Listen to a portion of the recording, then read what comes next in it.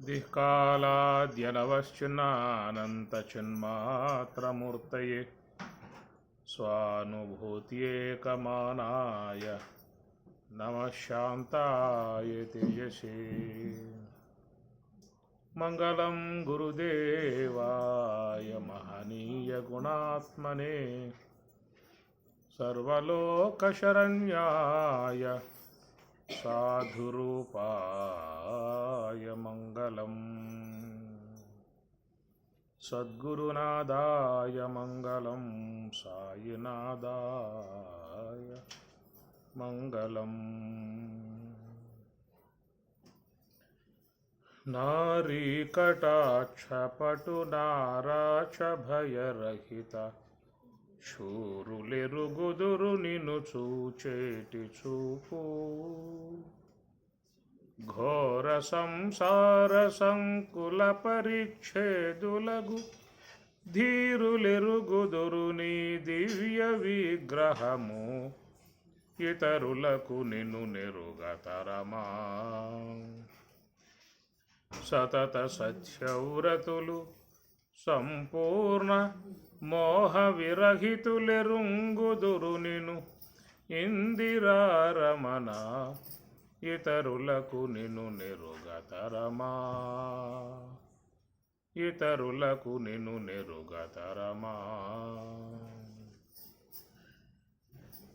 పరమ భాగవత పద పద్మ సేవా నిజాభరణులెరుగుదురు నీ పలికేటి పలుకు. పరమ భాగవత పద పద్మ సేవా నిజాభరణులెరుగుదురు నీ పలికేటి పలుకు. బెట్టమాకమ్మాయి అమ్మగారు, బెట్టమాక ఏమిటయ్యి? ఎందుకు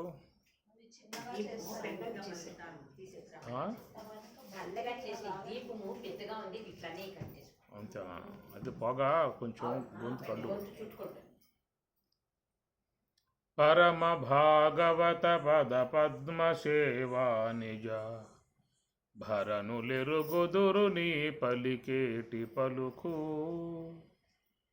పరగు నిత్యానంద పరిపూర్ణ మానస స్థిరులెరుంగుదురు నిన్ను తిరువెంకటేశ.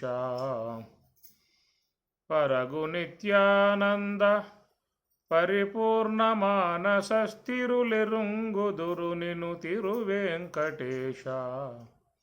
ఇతరులకు నిన్ను నెరుగతరమా.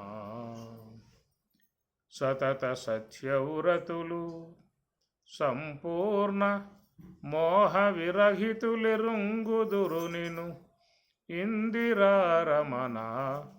ఇతరులకు నిన్ను నెరుగతరమా.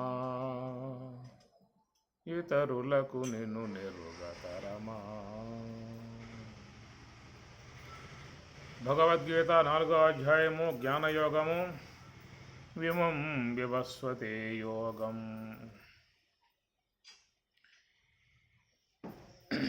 ఇమం వివస్వతే యోగం ప్రోక్తవానహమవ్యయం. పిబస్వాన్మనవే ప్రాహ మనురిక్ష్వాకవే అబ్రవీత్. ఏవం పరంపరా ప్రాప్తం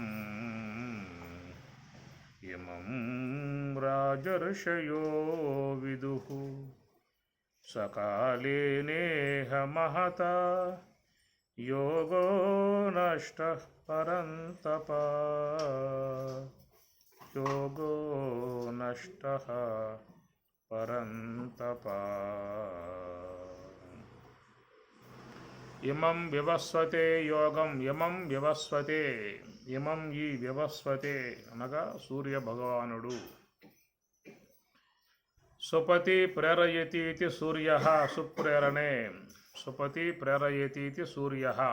సూర్యుడు అని చెప్పానంటే ప్రేరయతి ప్రేరణ చేసే విధానముగా ఉన్నటువంటి అతనిని సూర్యుడు అని చెప్పనంటారు.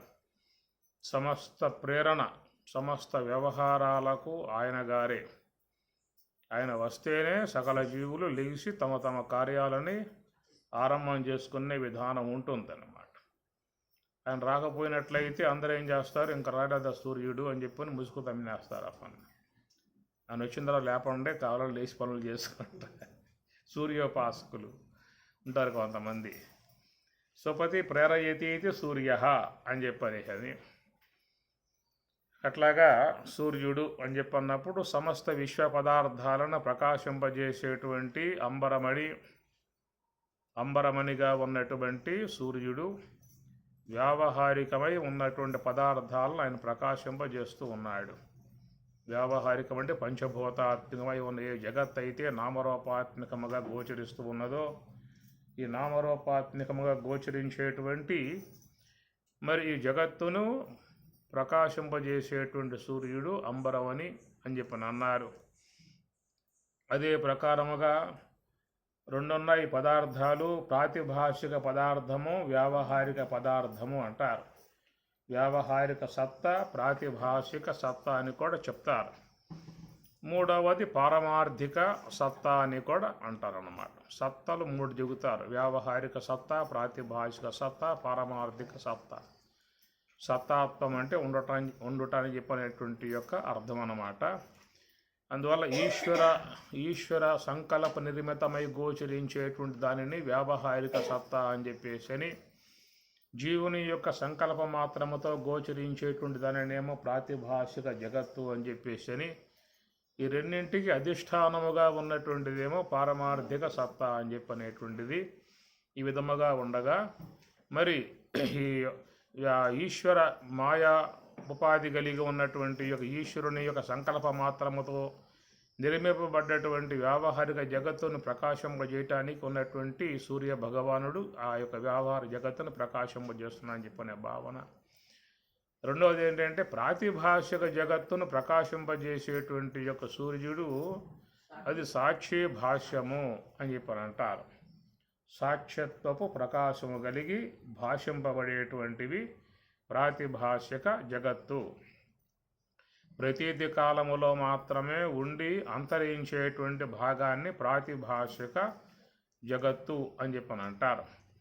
కాబట్టి ఈ ప్రాతిభాషిక జగత్ అనేటువంటి మాట సులభముగా మీకు అర్థం కావాలని చెప్పన్నట్లయితే స్వప్న జగత్తు, అది నిద్రా సమయంలో గోచరించేటువంటి స్వప్నములు, అవి జీవుని యొక్క మనోసంకల్పముతో నిర్మాణం చేయబడ్డటువంటివి. ఆ స్వప్నాలన్నీ కూడా జీవుని యొక్క మనస్సు అనేటువంటి దాంతో సంకల్పములుగా నిర్మాణం చేయబడ్డటువంటి జగత్తు స్వప్న జగత్తు అని చెప్పని. కాబట్టి ఈ ప్రకారంగా మనస్సు యొక్క సంకల్ప మాత్రముతో గోచరించేటువంటి విధానముగానే ఉన్నటువంటిది ఈ ప్రాతిభాషిక జగత్తుగా చెప్పేటువంటిది. ఇది ప్రాతిభాషికం అన్నారు. ప్రతీతి కాలంలో మాత్రమే ఉండి అంతరించేటువంటిది. ఈ ప్రాతిభాషిక జగత్ అనేది ప్రకాశమానం ఎలా అవుతుంది అంటే సాక్షి భాష్యము అని అర్థం. మనం బయట ఒక వస్తువుని దర్శిస్తున్నాము అంటే సూర్యప్రకాశం తప్పనిసరిగా ఉంటుంది. సూర్యప్రకాశం లేకపోతే దీప ప్రకాశం అలా ఉంటుంది. దీప ప్రకాశం లేకపోతే చంద్రప్రకాశం అలా ఉంటుంది. ఏదో ఒక ప్రకాశం ఉంటేనే పదార్థం గోచరించే అవకాశం. సూర్యప్రకాశం లేకపోయినా, దీప ప్రకాశం లేకపోయినా, చంద్రప్రకాశం లేకపోయినా గోచరించే అవకాశం లేదు. కాబట్టి ప్రకారముగా మరి ఈ పదార్థాలన్నిటినీ కూడా సూర్యుడు ప్రకాశింపబడేటువంటివిగా మనకు ఉన్నాయి కదా. మరి నిద్రా సమయంలో ఏ యొక్క స్వప్నం అనేటువంటిదిగా గోచరిస్తూ ఉన్నదో, ఆ స్వప్నం అనబడేటువంటి దానికి ప్రకాశింపజేసేటువంటి దానంగా అక్కడ ఏమన్నా లైట్లు పెట్టామా, దీపం వెలిగించామా, కరెంటు బల్బు ఏమన్నా అక్కడ ఏమన్నా టచ్ చేశామా, అది ఏ ప్రకాశం ఉందని చెప్పి స్పష్టంగా చూస్తూ ఉన్నావు. ఎంత స్పష్టత అని చెప్పనంటే జాగ్రత్త అవస్థలో కూడా అంత స్పష్టంగా పదార్థాలు చూడలేకపోతున్నామేమో అనేటువంటి దానముగా ఆ స్వప్న పదార్థాలు ఒక్కోసారి అంత స్పష్టంగా గోచరిస్తాయి. మీకు అంత నీటుగా, అంత క్లారిటీగా గోచరిస్తాయి అన్నమాట. అవన్నీ కూడా సాక్షి భాష్యము అని చెప్పని అంటారు. సాక్ష్యత్వ ప్రకాశముతో గోచరించేటువంటి పదార్థములు అని చెప్పేసి మనం చాలా వరకు మన జీవన విధానం అంతా కూడా వ్యావహారిక జగత్తుతో అనుసంధానం కలిగి ఉన్నప్పటికీ కూడా చాలా వరకు ప్రాతిభాషిక జగత్తుతోనే మన జీవన విధానం నడుస్తున్నటువంటి యొక్క పరిస్థితి.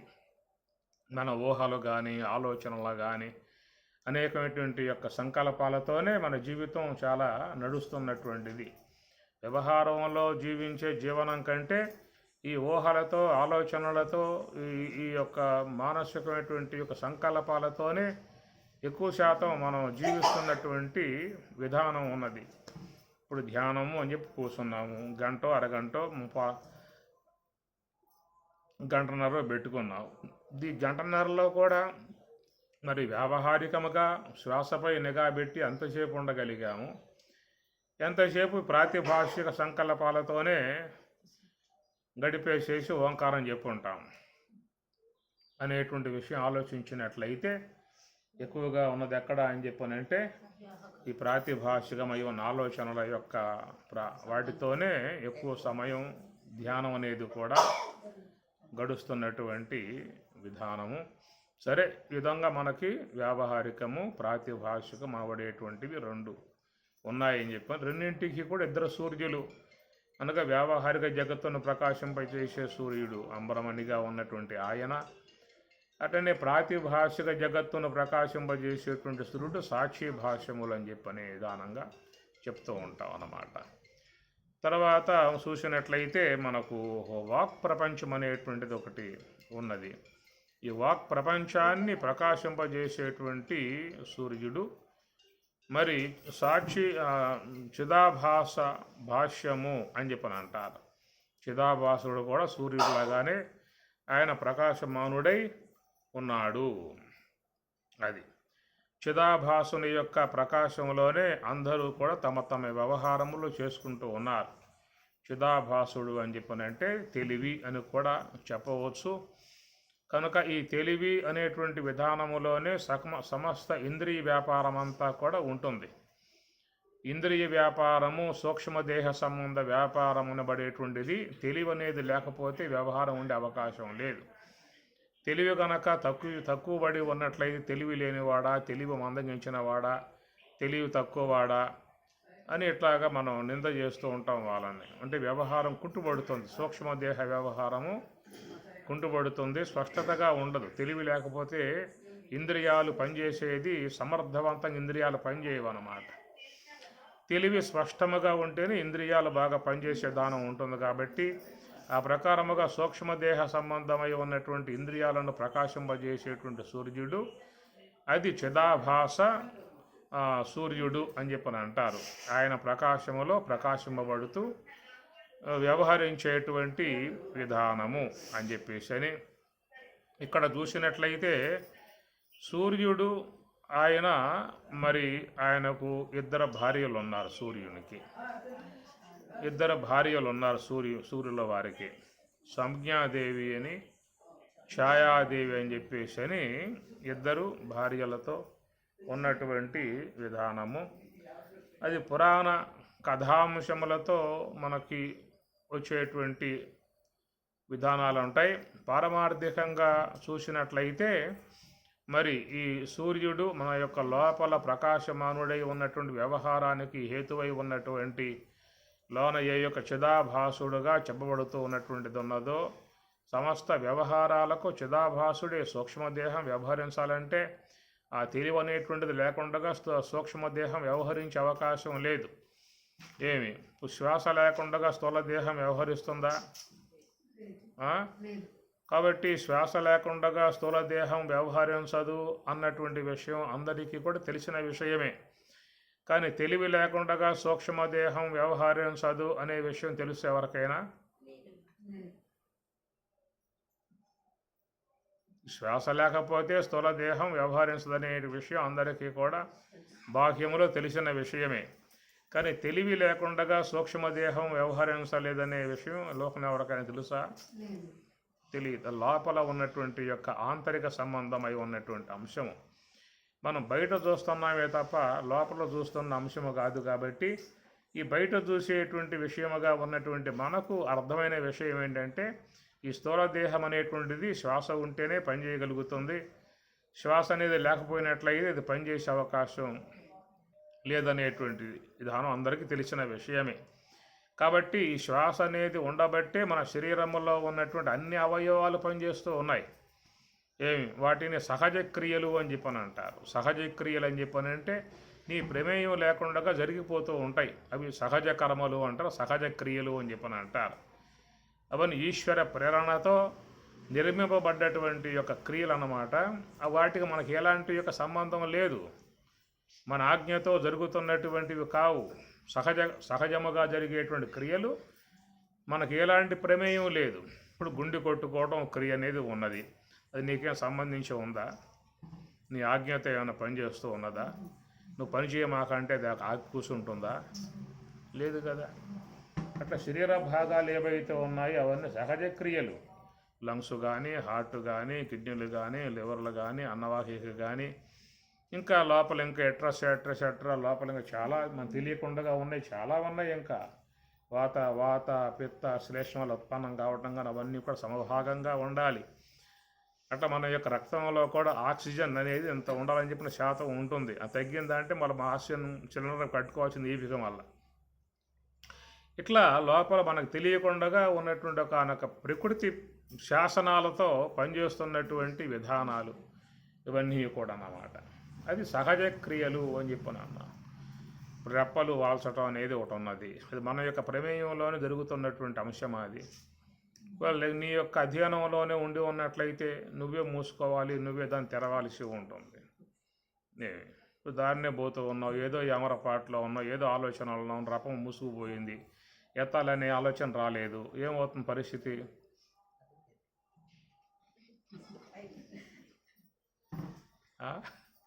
నీ అధ్యయనంలో ఉంది, అది నీ అధ్యయనం కాదు కాబట్టి అది ఎట్లాగా నడుచుకుంటూ పోతున్నటువంటి విధానము. ఇవన్నింటినీ కూడా సర్వేశ్వరుడు లోన ఉన్నటువంటి యొక్క ఊపిరి అనేటువంటి శ్వాస ఉన్నదో ఆ ఊపిరికి ముడేశాడు మొత్తం కూడా. ప్రాణశక్తిగా పిలువబడేటువంటి యొక్క ఉచ్ఛ్వాస నిశ్వాసలుగా రోజుకు 21,600 సార్లుగా సంచరిస్తున్నటువంటి శ్వాస విధానము అని మహాత్ములు మహాత్ములు తిప్పలబడి కనుగొన్నటువంటి యొక్క విషయం అన్నమాట. రోజుకి 21,600 శ్వాసలుగా మూలాధారమునందు 600 అని, స్వాధిష్టానములో 6,000, మణిపూరకములో 6,000, అనాహతములో 6,000, విశుద్ధములు 1000 హంసలు, ఆజ్ఞాచక్రములో 1000 హంసలు, సహస్రారంలో 1000 హంసలు. ఇదంతా వాళ్ళు తిప్పలబడి లెక్కలు కట్టిన విధానం అన్నమాట. ఒకసారి నీకేం డౌట్ ఉంటే కూడా నువ్వు కూడా లెక్క పెట్టుకోవచ్చు. ఏం వాళ్ళు చెప్పారు, ఎంతవరకు కరెక్టు, మనం ప్రత్యక్షంగా లెక్క పెట్టుకోవాలి కదా అని చెప్పని భావం కలిగితే పొద్దున్న లేగు 5 స్నానాలు చేసుకో, 6 టైం పెట్టుకో, లెక్క పెట్టడం చెయ్యి. ఈ పూట 6 గంటల నుంచి రేపు 6 గంటల దాకా ఏమరపాటు కలగకూడదు, ఒక్క శ్వాస కూడా వృధా కాకూడదు. ఏమాత్రం జరిగిందంటే మళ్ళీ 2వ పూట వాళ్ళు పెట్టుకోవాల్సిందే, మళ్ళీ లెక్క తగ్గుతుంది కదా. మళ్ళీ ఫస్ట్ నుంచి స్టార్ట్ చేయాలి రేపు మళ్ళా. ఇట్లా మీరు కనుక వారం కాలం చేయండి, మీ బ్రహ్మైక్యం అప్పుడు సిద్ధించే కూర్చు. మాకు రాలేదని ఎందుకు తాపత్రపడేది? ఈ పని వారం చేయండి చాలు. సప్తాహంబల ముక్తి ఏ గడిగతిని చర్చించి భాషంపరే అని పరీక్షణ మహారాజు నాకు వారం రోజులు ముక్తి రావాలని చెప్పని విధానం కదా ఆయన అడిగింది. సప్తాహంబల ముక్తికి గడిగతిని చర్చించి భాషంపరే. ఏం అవసరం అలా, ఒక 4-5 రోజులు చాలు మీకు. ఈ ప్రకారంగా 24 అవర్స్గా పెట్టుకున్నాం శ్వాసను గమనించటం, తన్నుకు వస్తుంది బ్రహ్మం నీ దగ్గరికి. అదే వచ్చేస్తుంది, నువ్వు పోవాల్సిన అవసరం లేదు. సరే, మహాత్ములు చెప్పారు సంఖ్యా విధానం అంతా 21,600 హంసలుగా ఉన్నటువంటి ఒక ప్రాణశక్తికి భగవంతుడు ఈ దేహాన్ని మూడేశాడు. కాబట్టి శ్వాస ఆగదు, ఆ గుండె ఆగదు. శ్వాస ఆగితే అప్పుడు గుండె ఆగిపోతుంది, లంగ్స్ ఆగిపోతాయి, కిడ్నీలు ఆగిపోతాయి, మొత్తం ఆగిపోతాయి. నువ్వు మెలకువతో ఉండు, నిద్రపోతూ ఉండు, సుషిప్తులో ఉండు, స్వప్నంలో ఉండు, జాగ్రత్త అవస్థలో ఉండు, ఎక్కడైనా ఉండు, అరణ్యాలలో ఉండు, సముద్రంలో మునుగు, ఎక్కడైనా మునుగుగాక. ఆ శ్వాసతో ముడిపడి ఉన్నటువంటి యొక్క అంశాలు కాబట్టి శ్వాస ఉన్నంతకాలం దేహంలో ఉన్న భాగాలు పనిచేస్తూ ఉండాల్సిందే. అవి సహజ క్రియలు అని చెప్పి అన్నారు. సహజ క్రియలలో శ్రమ ఉండదు. ప్రయత్న క్రియలలో అయితే నీకు శ్రమ ఉండే అవకాశం ఉంటుందన్నమాట. అది ఈశ్వరుని యొక్క ప్రేరణతో ఉన్నటువంటి యొక్క నియమాలు అవన్నీ కూడా మనం ముడివేసింది కాదు, మనం నిర్ణయించింది కాదు.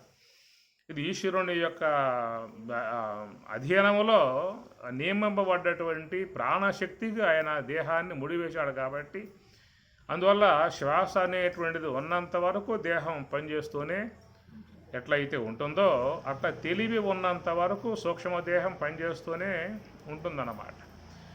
మనకు నిద్రా సమయంలో సూక్ష్మదేహం పనిచేయకపోవడం కారణం ఏంటంటే అక్కడ తెలివి మరుగైపోయింది, తెలివి మందగించింది, నిద్ర మబ్బు కమ్మింది కదా. ఆ నిద్ర మబ్బు కమ్మటం వల్ల తెలివి అనేటువంటిది మరుగుపడింది కాబట్టి సూక్ష్మదేహ వ్యవహారం కుంటుపడింది.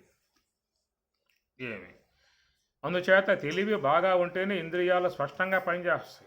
ఉపన్యాసం వింటూ ఉన్న బాగా లోతుకు పోయాను అనుకో నేను సబ్జెక్టులోకి, నీకు మెల్లగా మత్తు కమ్మేస్తుంది ఆ పని, కళ్ళు మూసుకుపోతాయి. కాస్త ఆగిన తర్వాత స్వామి ఏం చెప్పారు ఇంతకుముందు అని చెప్పి అడుగుతుంది మళ్ళీ. ఎందుకు? లోన మరి మత్తు కమ్మింది, తెలివి పని చేయాల, ఇంద్రియం పని చేయాల, ఇది వినపడతా ఉన్నాయి ధ్వనిగా, కానీ చెప్పేది ఏమిటి అర్థం కావటం వల్ల. ఎందుకు? తెలివి మందగించింది కాబట్టి చెప్పే విషయం అర్థం కాదు. తెలివి స్పష్టంగా ఉంటేనే చెప్పేదైనా స్పష్టంగా వినపడుతుంది, చూసేది కూడా బాగా స్పష్టంగా కనబడుతుంది.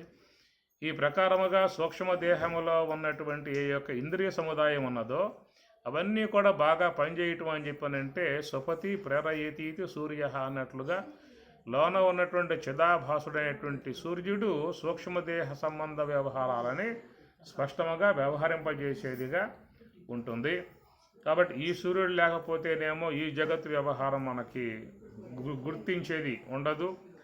అట్లా సాక్ష్య భాషాత్వం లేకపోయినట్లయితే ప్రాతిభాషిక వస్తువులు గోచరించే విధానం ఉండదు. అట్లనే చిదాభాస సూర్యుడు ప్రకాశమానంగా లేకపోయినట్లయితే మనకు సూక్ష్మదేహం యొక్క వ్యవహారం అంతయు కూడా కుంటుపడుతుంది. అర్థమవుతుంది మాటలో ఇది. కాబట్టి నేను ఇక్కడ సూర్య భగవానునికి ఇద్దరు భార్యలు అన్నారు, సంజ్ఞాదేవి ఛాయాదేవి అని. సంజ్ఞ, జ్ఞ అంటే జ్ఞా అవబోధనే అని అర్థం. జ్ఞ అంటే తెలియటం.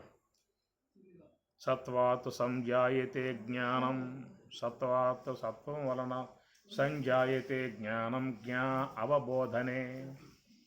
కాబట్టి ప్రకారముగా తెలుసుకోవటం అనేటువంటి యొక్క విధానమే సంజ్ఞ అనేటువంటి దేవి అతని యొక్క పత్నిగా ఉందన్నమాట. అటనే ఆయనకి మరొక పత్ని అమ్మగారు కూడా ఉన్నారు.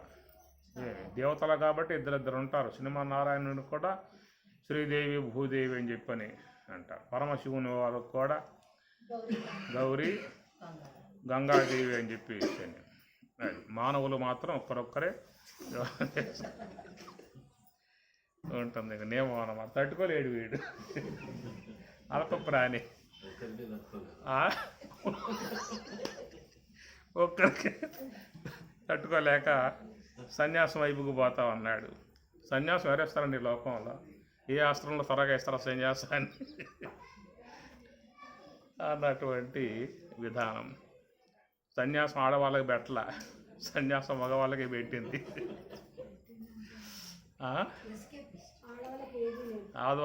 ఆడవాళ్ళకి ఎందుకు?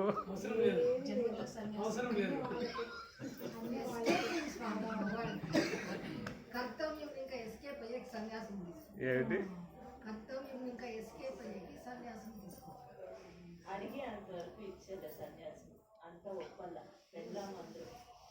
సన్యాసం తగిన వైరాగ్యం అమ్మగారు ఇచ్చేస్తుంది. వాడికి రావాల్సిన అవసరం లేదు, అమ్మగారి ప్రసాదిస్తుంది మోక్ష మార్గానికి. అది సరే. ఈ ప్రకారంగా చూసినట్టయితే మనకి ఈ ప్రేరయతీతి సూర్య అనే విధానములో తెలుసుకోవటం అనేటువంటి యొక్క అంశమే సంజ్ఞాదేవి అని చెప్పండి. సూర్యుని యొక్క భార్యగా సంజ్ఞ అన్నారు. ఆ సంజ్ఞ, ఆ తెలుసుకోవడం అనేటువంటి దాని పక్కనే ఉంటుంది నీడ, ఛాయాదేవి. ఛాయ అంటే నీడ అన్నమాట.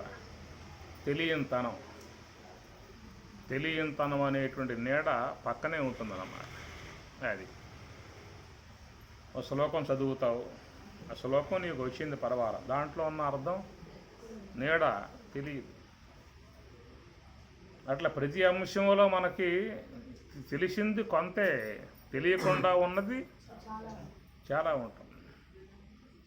ఒక పదార్థం చేసుకుంటావు, రుచికరంగా ఉందని చెప్పని విషయంగా తీసుకుంటూ ఉంటావు. దానివల్ల కలిగే అనర్థాలు ఏమిటో లోపల తెలియవు, నీకు ఛాయ పక్కనే ఉంటుంది. తిన్నాక తేడా చేసినా అది అంటావు, అయ్యో పొరపాటు అయిపోయింది అని చెప్పేసి. నీకు ప్రతి అంశము కాడ తెలిసినతనం కొంత ఉంటే తెలియనితనం దాంట్లో పక్కనే ఉంటుంది నీకు.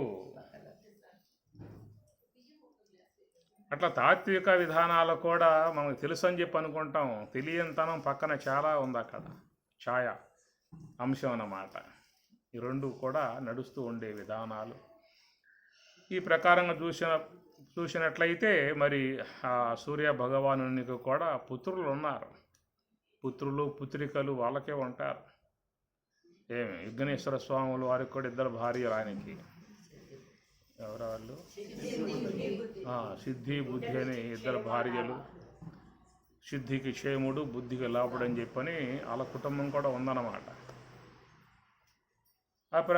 అదే ప్రకారంగా సూర్య భగవానునికి కూడా పుత్రులు పుత్రికలు కూడా ఉన్నారు. సంజ్ఞా పుత్రుడు ఎవరని చెప్పని యముడు, యమున. ఏంటి తర్వాత అక్కడికి వెళ్దాం. ముందు యముడు అయితే ఆయన పుత్రుడే. కాబట్టి ఈ ప్రకారంగా యమధర్మరాజు సూర్యుని యొక్క సంజ్ఞాదేవికి జనించినటువంటి వాళ్ళు యముడు యమున అనేటుంటారు అన్నమాట. ఇది మన లోకంలో వ్యావహారికములో మన పురాణ పరంగా వాళ్ళని చూస్తూ ఉన్నాం. యముడు అనేటువంటి అతనికి దయాదాక్షిణ్యాలు అనేటువంటి ఏమీ కూడా ఉండకూడదు, ఉండరాదు. ఉండవచ్చా? యముడికి దయ ఉండాలా?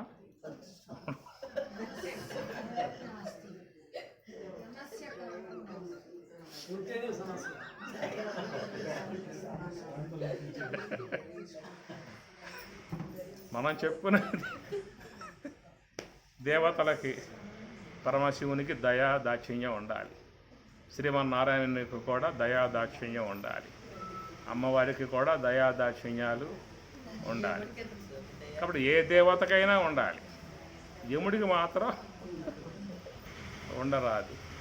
నిర్దయతో దయాదాక్షిణ్యం లేని విధానంగా ఎంతమంది చుట్టూ కూర్చుని ఏడుస్తూ ఉన్నా కానీ, రోదన పెడుతున్నా కానీ, గుండెలు బాదుకుంటూ ఉన్నా కానీ కరిగే హృదయం ఉండకూడదు, ఈడ్చుకుపోవడమే. ఏమాత్రం కనికరం వహించాడు అంటే, దయ వహించాడు అంటే, ఎందుకులే అబ్బా మనం తీసుకుపోవటం, వాళ్ళు ఆడవటం, మనం ఎలా సంపాలి, వాళ్ళు ఎందుకు ఆడవాలి, ముందెందుకు చెప్పించాలి అనే భావంతో దయదలిసి కనుక ఆయన రావటం మానేశాడు అంటే పరిస్థితి ఏమిటి? ప్రతి ఇల్లు వృద్ధాశ్రమే.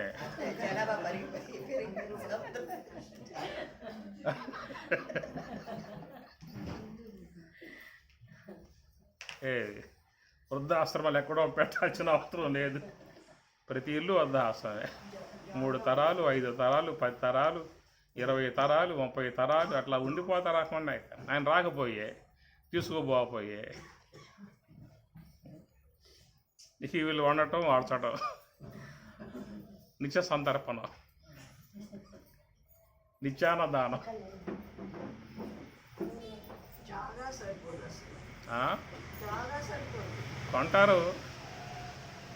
కొంటారు దేగాలు, ఒక్కొక్క రూమ్ కడతారు, చిన్న రూమ్లు కడతారు, దాంట్లో పెట్టేస్తారు. కాబట్టి ఈ ప్రకారముగా యముని యొక్క విషయంలో మాత్రం ఆయనకి దయ అనేటువంటిది ఉండకూడదని చెప్పేసి అనేటువంటి యొక్క మాట. యమునికి కూడా భార్యలు మొత్తం 16 మంది ఉన్నారు. అవును,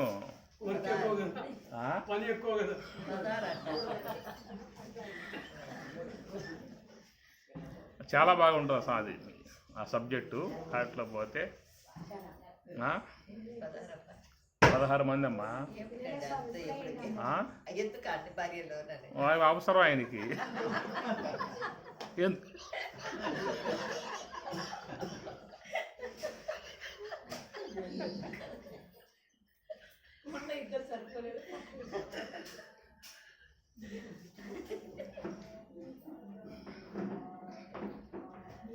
చంద్రునికి ఎంతమంది?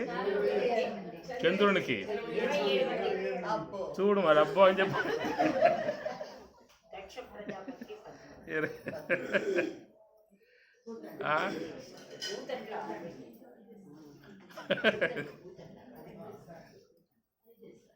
అందుకే ప్రతి ఒక్కరు కూడా యజ్ఞాలు చేస్తారు దేవతలు కావటానికి. ఎందుకు యజ్ఞాలు చేసేది? దేవతలు కావటానికి. దేవతలైతే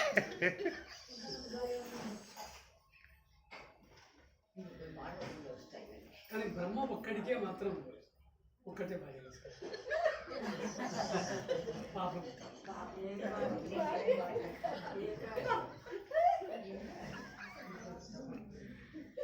పిల్లలు లేరు.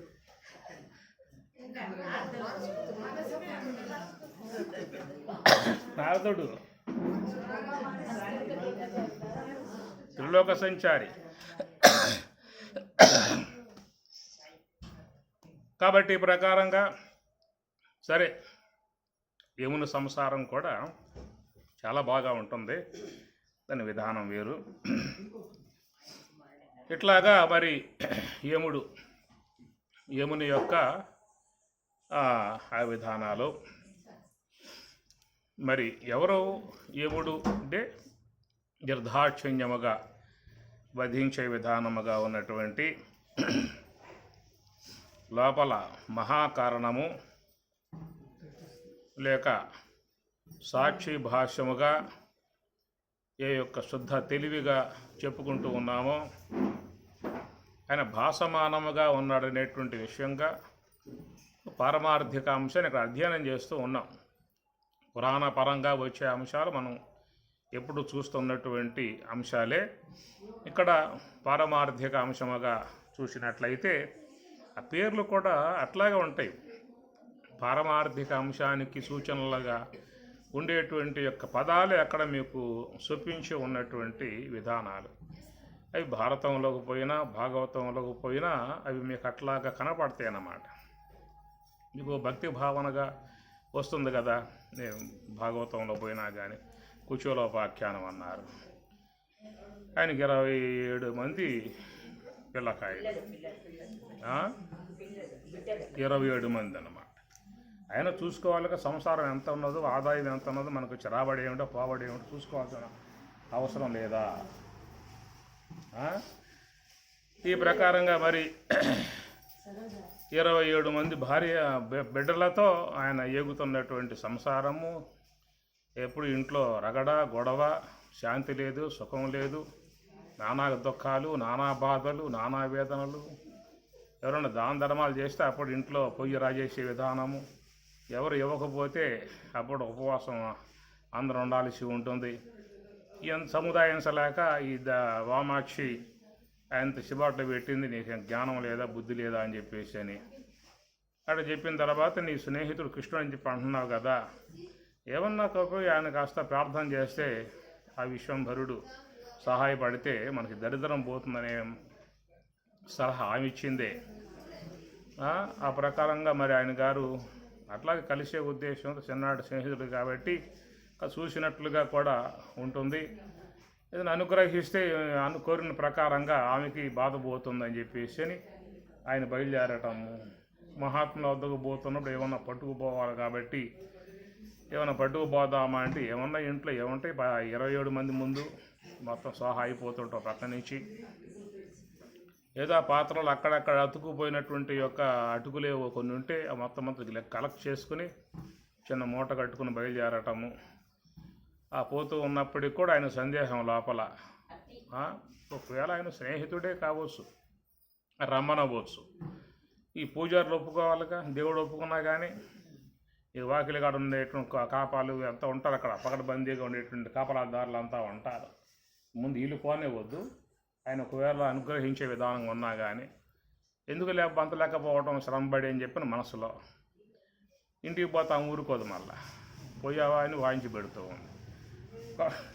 మళ్ళీ ఆమెతో గొడవ వస్తుంది ఇంటికి పోతే, పోయి వచ్చావా అని ఎట్లా పోదామా వద్దా అని ఏదైనా గారు పోవటము, ఆయన రాకను పరమాత్మ ఏదో గమనించటము, ఆయన గారు వచ్చి సాధారణంగా లోనకి తీసుకువెళ్ళి చిన్ననాటి స్నేహితుడు బ్రాహ్మణ అయ్యేవారు కాబట్టి అతిథి దేవో భావ అన్నట్లుగా ఆయన గారు కూర్చోబెట్టి పాత పూజ చేసి పూలమాల వేసి అలంకరణ గంధాదులకు కులుముతూ ఉంటే అందరూ ఆశ్చర్యపడటము, ఎంత స్నేహితుడు, ఎంత బాల్య స్నేహితుడు, ఎంత గొప్పవాడని చెప్పి వాళ్ళందరూ భావించుకోవటము. ఈ ప్రకారంగా తెల్లవారులు ఏదో ముచ్చట్లు చెప్పుకోవటం. చిన్ననాటి విద్యా వ్యవస్థలో గురువు గారి సన్నిధిలో ఉన్నప్పుడు అవన్నీ కూడా ముచ్చటించుకుంటూ ఉంటే తెల్లారిపోవటము, ఆయన వద్ద సెలవు తీసుకొని మళ్ళీ ఇంటికి బయలుదేరటము. ఇది అడిగే ఉద్దేశంతోనే పోయాడు, కానీ మొహమాటం కదా అడగటానికి, ఏం అడుగుతాం వాళ్ళని, దీనికోసం వచ్చా అని చెప్పని ఆ స్నేహభావంలో ఆ యొక్క ఆప్యాయతలలో అడిగే అంత మనస్సు రాదు. సాధారణంగా అడుగుదామని పోయినా కానీ అడగపోయిన తర్వాత అడగాలనే మనస్సు కూడా వచ్చే అవకాశాలు ఉండవు. అడిగే విధానం లేకపోయినా సర్వజ్ఞుడు కాబట్టి ఆయన రాకనేది గమనించి ఎందుకు వచ్చాడో విషయం గుర్తించి అడగకుండగానే అన్ని ప్రసాదించిన విధానం, దానివల్ల అంత దారిద్రం అంత తొలగిపోయి ఆయన చక్కగా జీవితం సుఖపడ్డటువంటి విధానం మనం భాగవతంలో దశమ స్కందంలో వచ్చే కథాంశాలు ఉంటాయన్నమాట. ఇది ఒక పక్కన అట్లా చూపిస్తారు, మరో పక్క కూడా పారమార్థికం కూడా దాంట్లో చూపించే విధానం అనేటువంటిది ఉంటుందన్నమాట. అంతరార్థాలు, బాహ్యార్థాలు, అంతరార్థాలు రెండు కలిసి పయనించే విధానం మహాత్ముల రచనలలో ఉండేటువంటి యొక్క అంశములు.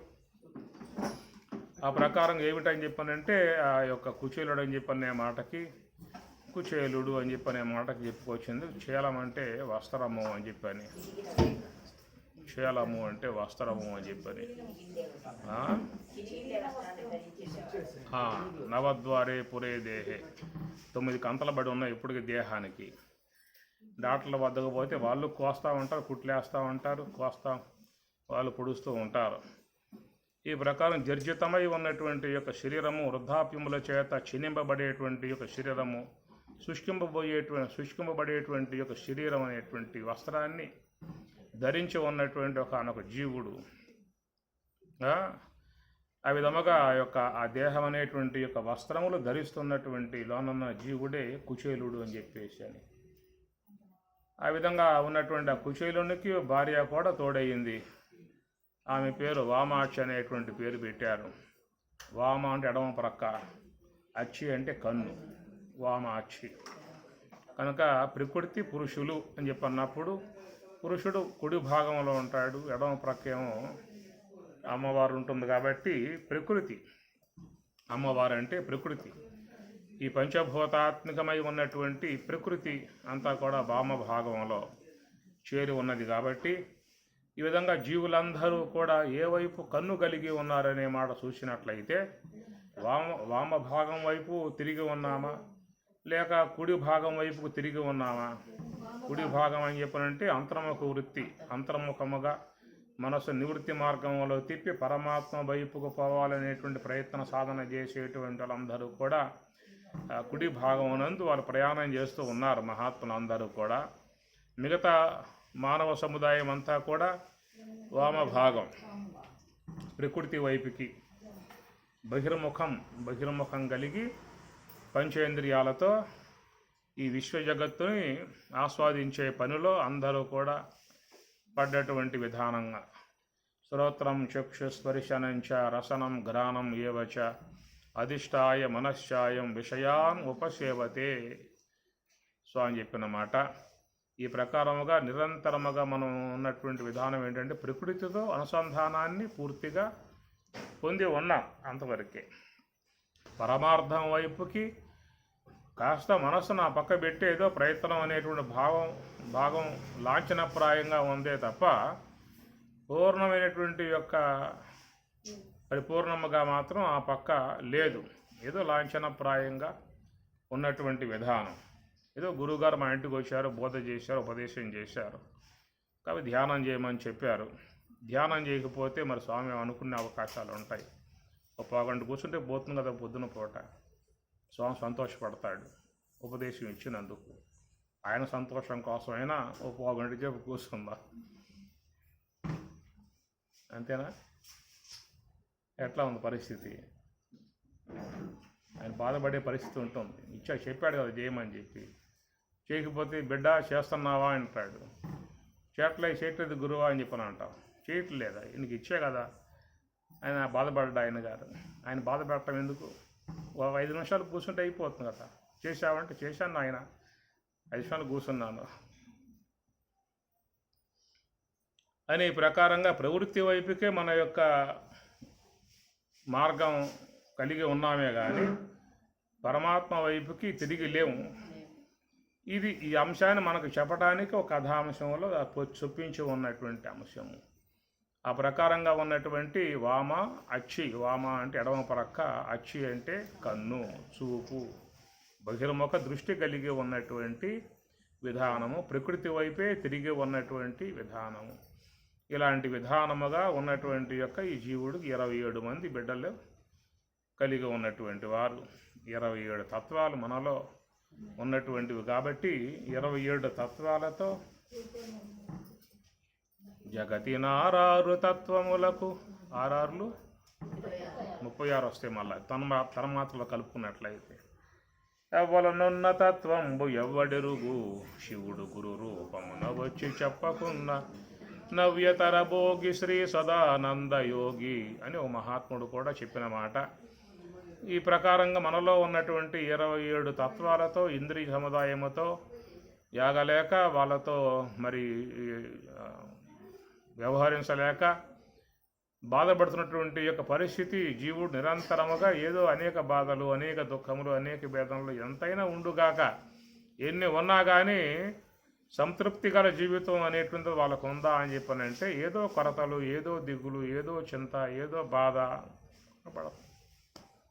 అనుకుంటాడు పేదవాడు. నాకేమి లేకపోవడం వల్ల బాధపడుతూ ఉన్నాను, వాళ్ళకి బాగా ఐశ్వర్యవంతులు, సకల భోగాలు ఉన్నాయి, వాళ్ళకేం బాధలు ఉండవు కదా అని చెప్పి అనుకుంటాడు వీడు.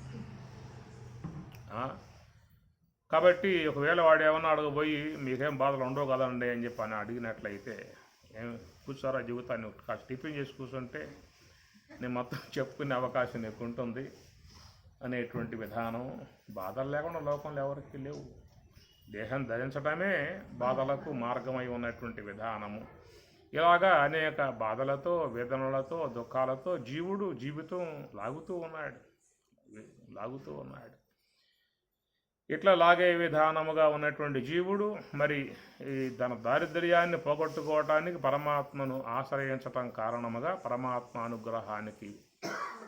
అనుగ్రహానికి పాత్రుడైనటువంటి విధానము నుంచి ఆయన తన యొక్క బాధల నుంచి బయటపడాడనేటువంటి ఒక సాదృశ్య సంబంధ అంశాన్ని మనకి తెలియజేసిన విధానము. ఆ ప్రకారంగా ఏ యొక్క జీవుడైతే అనాత్మ సంబంధమై ఉన్నటువంటి యొక్క వర్గముతో చేరి నానా దుఃఖములు పొందుతున్నటువంటి యొక్క ఈయన కూడా ఏదో ఒక పూట ఏదో ప్రేరణ చేత పరమాత్మ వద్దకు ప్రయాణం చేసి పరమాత్మ సాన్నిధ్యమును పొందటం కారణంగా ఎట్లయితే ఆయన తన దరిద్రం నుంచి, తన బాధల నుంచి బయటపడ్డాడో అట్లా ఈ జీవుడు కూడా తన యొక్క దారిద్ర్యము నుంచి, తన యొక్క బాధల నుంచి, దుఃఖాల నుంచి బయటపడేటువంటి యొక్క అంశముగా ఒక పారమార్థికముగా మరి భగవతత్వాన్ని చేరి ఆయన ఎట్లయితే సుఖించాడో, దుఃఖాల నుంచి బయటపడ్డాడో అట్లా ఈ జీవుడు కూడా పరమాత్మను చేరటం కారణంగా ఆ బాధల నుంచి బయటపడేటువంటి విధానముగా అని చెప్పని ఇట్లా కొన్ని పారమార్థిక సూచనలు మన కథాంశముల ద్వారా అందిస్తున్నటువంటి విధానము. కాబట్టి ఇక్కడ చూసినట్లయితే మరి ఏం చెప్పుకున్నాము?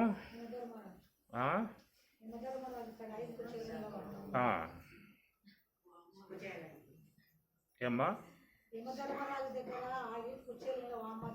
అది సూర్య భగవాను వారి యొక్క పుత్రుడు, సుపుత్రుడు యమధర్మరాజు అని చెప్పని ఆయన సంసారం కూడా చాలా బాగా ఉండే సంసారము, దాన్ని కూడా చెప్పుకొచ్చారు. ఆయనకు మొత్తం ఎంతమంది చెప్పుకున్నాము? మొత్తం ఎంతమంది? 16 మంది, 13 మంది, 1 1 2 3 4 5 6 7 8 9 10 11 12 13 ఉన్నాయి. 13 మందిలే యమధర్మరాజుల వారికి. యమధర్మరాజుల వారికి 13 మంది భార్యలు. అదనమాట. ఏమిటి ఏమ్మా?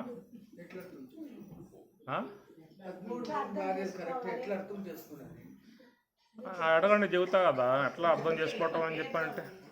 నేను చెబుతా అని చెప్పి అంటున్నా కదా. సూర్య భగవానుల వారికి ఇద్దరు భార్య అని చెప్పుకున్నాము. సంజ్ఞాదేవి, ఛాయాదేవి అని చెప్పని. సంజ్ఞాదేవి పుత్రుడు యముడు, పుత్రిక యమున అని చెప్పని. ఛాయాదేవి పుత్రుడు శని మహారాజు.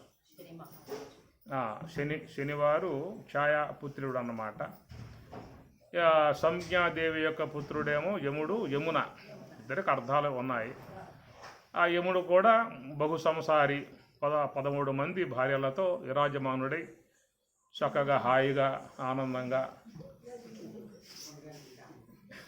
విరాజమానముగా ఉన్నట్టు విధానము అని చెప్పేసి. ఆ 13 మంది భార్యల పేరు ఏమిటని చెప్పానంటే, ఇక్కడ భారతంలో ఉన్న విషయం, భాగవతంలో వస్తుంది ఈ విషయం. భాగవతంలో వస్తుంది. చెప్తా నాకు, నువ్వు కాస్త శాంతి సేవ నేను చెప్పేది. ఎక్కడెక్కడో చెబుతావు నువ్వు. లైన్గా చెప్పాలి కాళ్ళకి, వినే వాళ్ళకి. ఆడ చెప్పావు అనుకో, మిగతా వాళ్ళు ఎత్తుక్కోవాలి. వల్ల నేను లైన్గా చెబుతా కాబట్టి మీకు ఇబ్బంది ఉండే పరిస్థితి ఉండదు. శ్రద్ధ, మైత్రి, దయ, శాంతి, తుష్టి, పుష్టి, ఉన్నతి, బుద్ధి, మేధ, తితిక్ష, హ్రీహి, క్రియ, మూర్తి.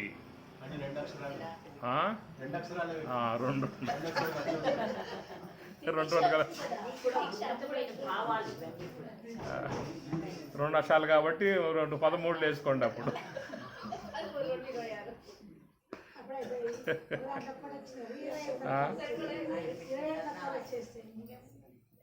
ఏమి వీళ్ళు ఆయన గారి పత్నులు అన్నమాట.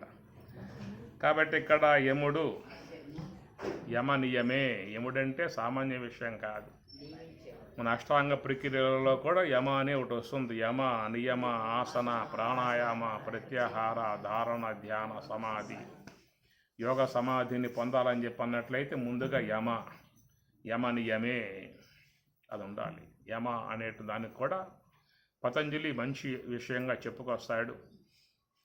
పతంజలి శాస్త్రం కూడా 4 పాదాలు, సాధన పాదం,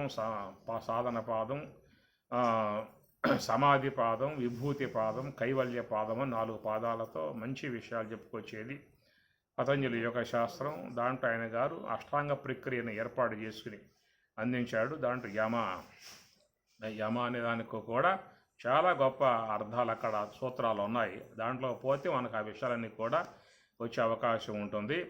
అలాంటి యమ అనేటువంటిది ఉన్నటువంటి వాడు ఆత్మతత్వానుభవాన్ని పొందటానికి అర్హుడు అయ్యే అవకాశం ఉంటుంది. కాబట్టి యతులు అని చెప్పని అంటాం మనం. ఎత్తనే అంటే ఈ యొక్క యమ అనేటువంటి నియమం కలిగి ఉంటున్న వాళ్ళు కాబట్టి యతులు అని చెప్పని అంటాం మనం. కాబట్టి ఇక్కడ కూడా యమధర్మరాజు విధానం చూసినట్లయితే చక్కటి సంసారము, శ్రద్ధ అని అన్నాడు. శ్రద్ధ అనేది ఉండాలి, అవసరం లేదా? ఆయనకే ఉండాలి, మనకే ఉండాలి. ఏమ్మా? అవును, ఎత్తనే. ప్రయత్నం అంటే ఏమిటి? నియమించటం. ఇంద్రియ సముదాయం నియమించే విధానమే ప్రయత్నం. అది యమము. సంయమనము చేయటం అనే విధానం అన్నమాట.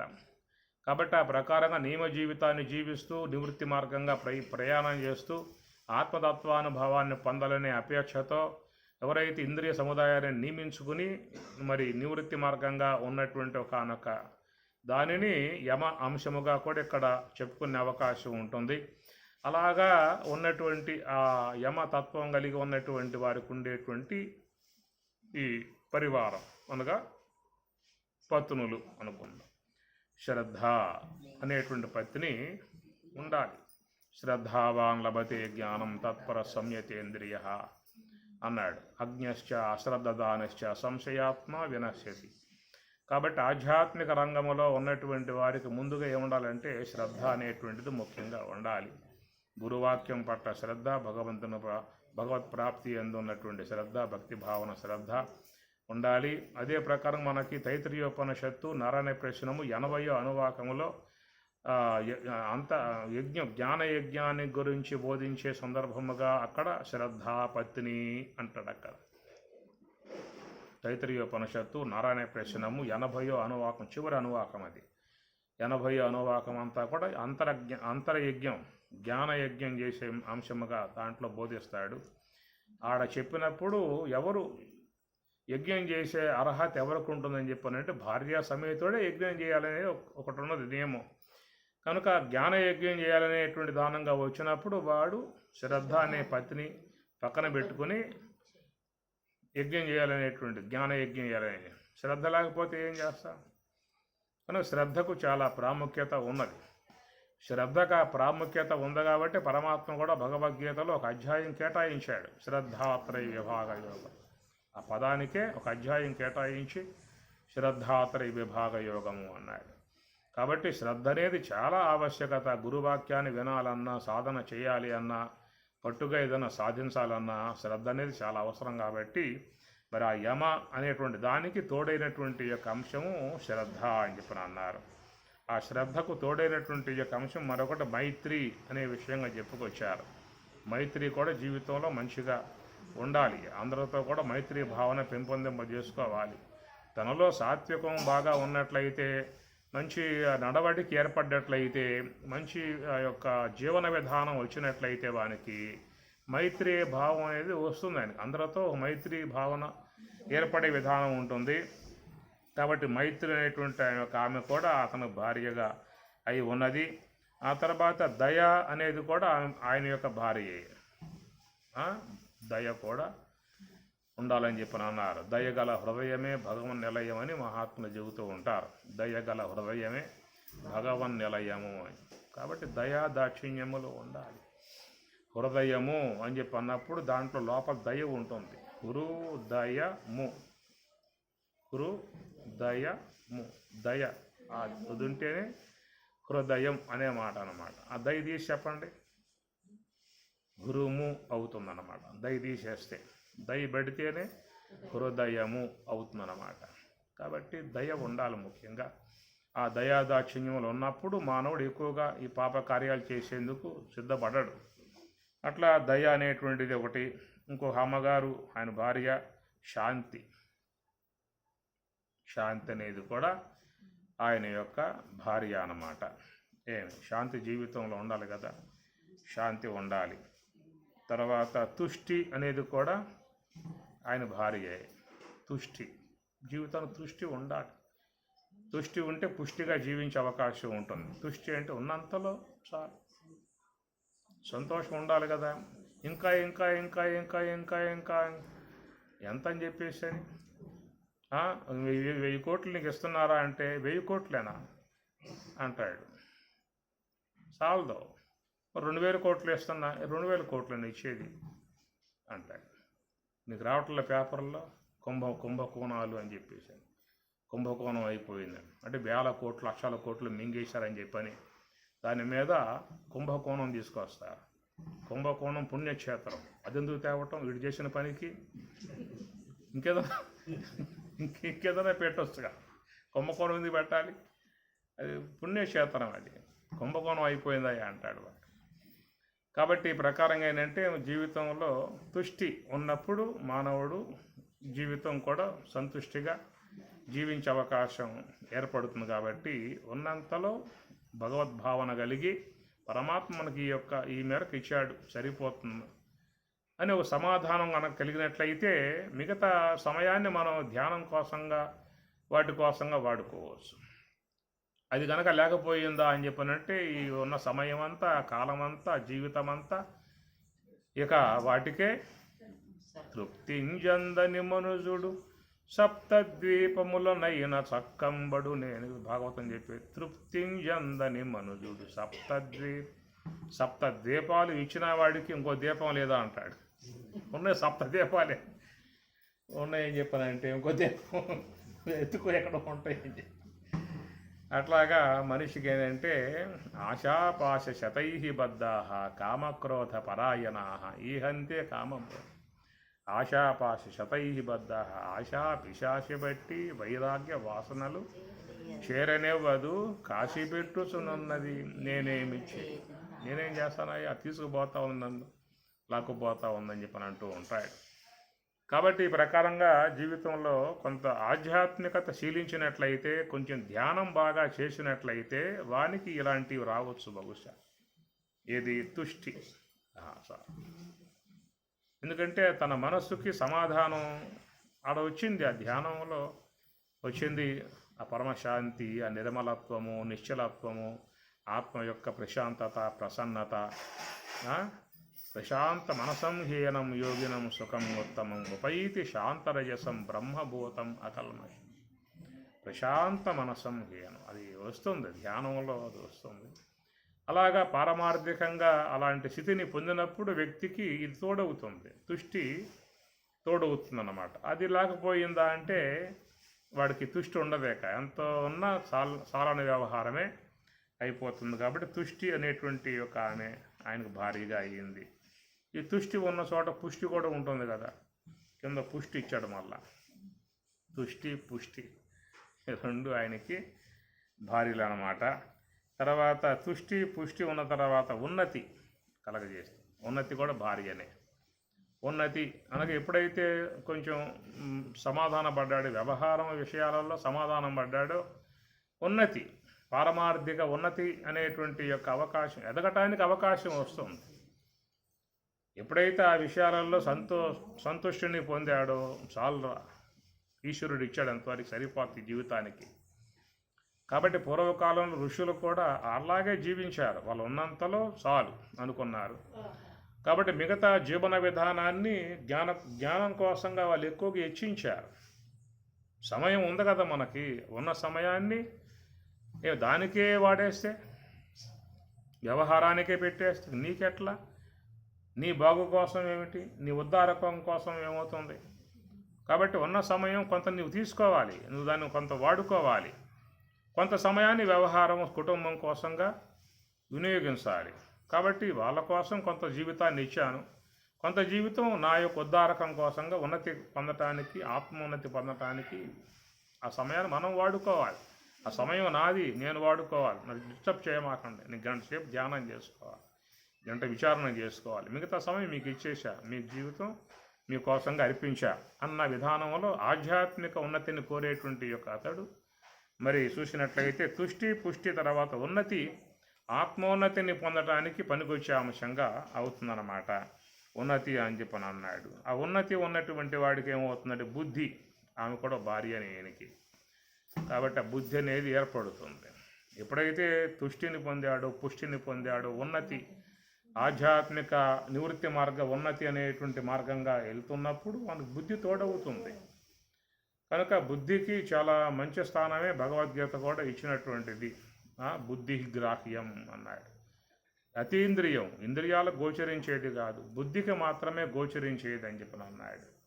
దదామి బుద్ధి యోగం, నీకు బుద్ధి యోగాన్ని కూడా ఇస్తున్నాను అన్నాడు. పరమాత్మ కూడా చెప్పాడు, భజతాం ప్రీతిపూర్వకం, నన్ను భక్తిపూర్వకముగా నివృత్తి మార్గంగా సేవించేటువంటి వారికి నేను వాళ్ళకి దదామి ఇస్తున్నాను. ఏమిస్తున్నావా అంటే బుద్ధియోగం ప్రసాదిస్తూ ఉన్నాను.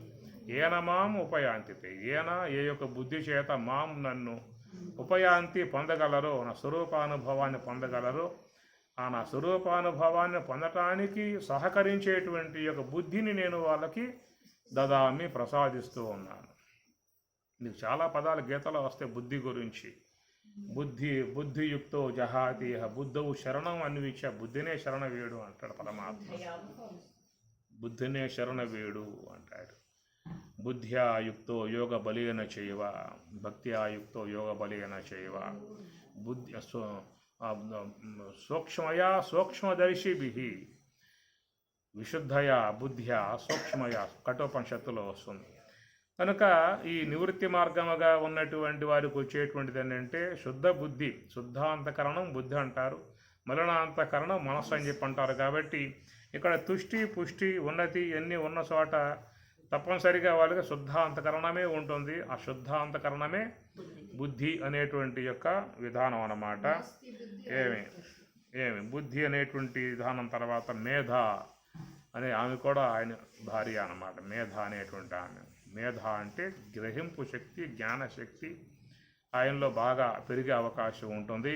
ఆ బ్రహ్మమును అవలోకన చేయగలిగేటువంటి స్థాయి మేధ అంటే, ఆ బ్రహ్మమును అవలోకన చేయగలిగే స్థాయి వస్తుంది వాళ్ళకి మేధ అన్నారు.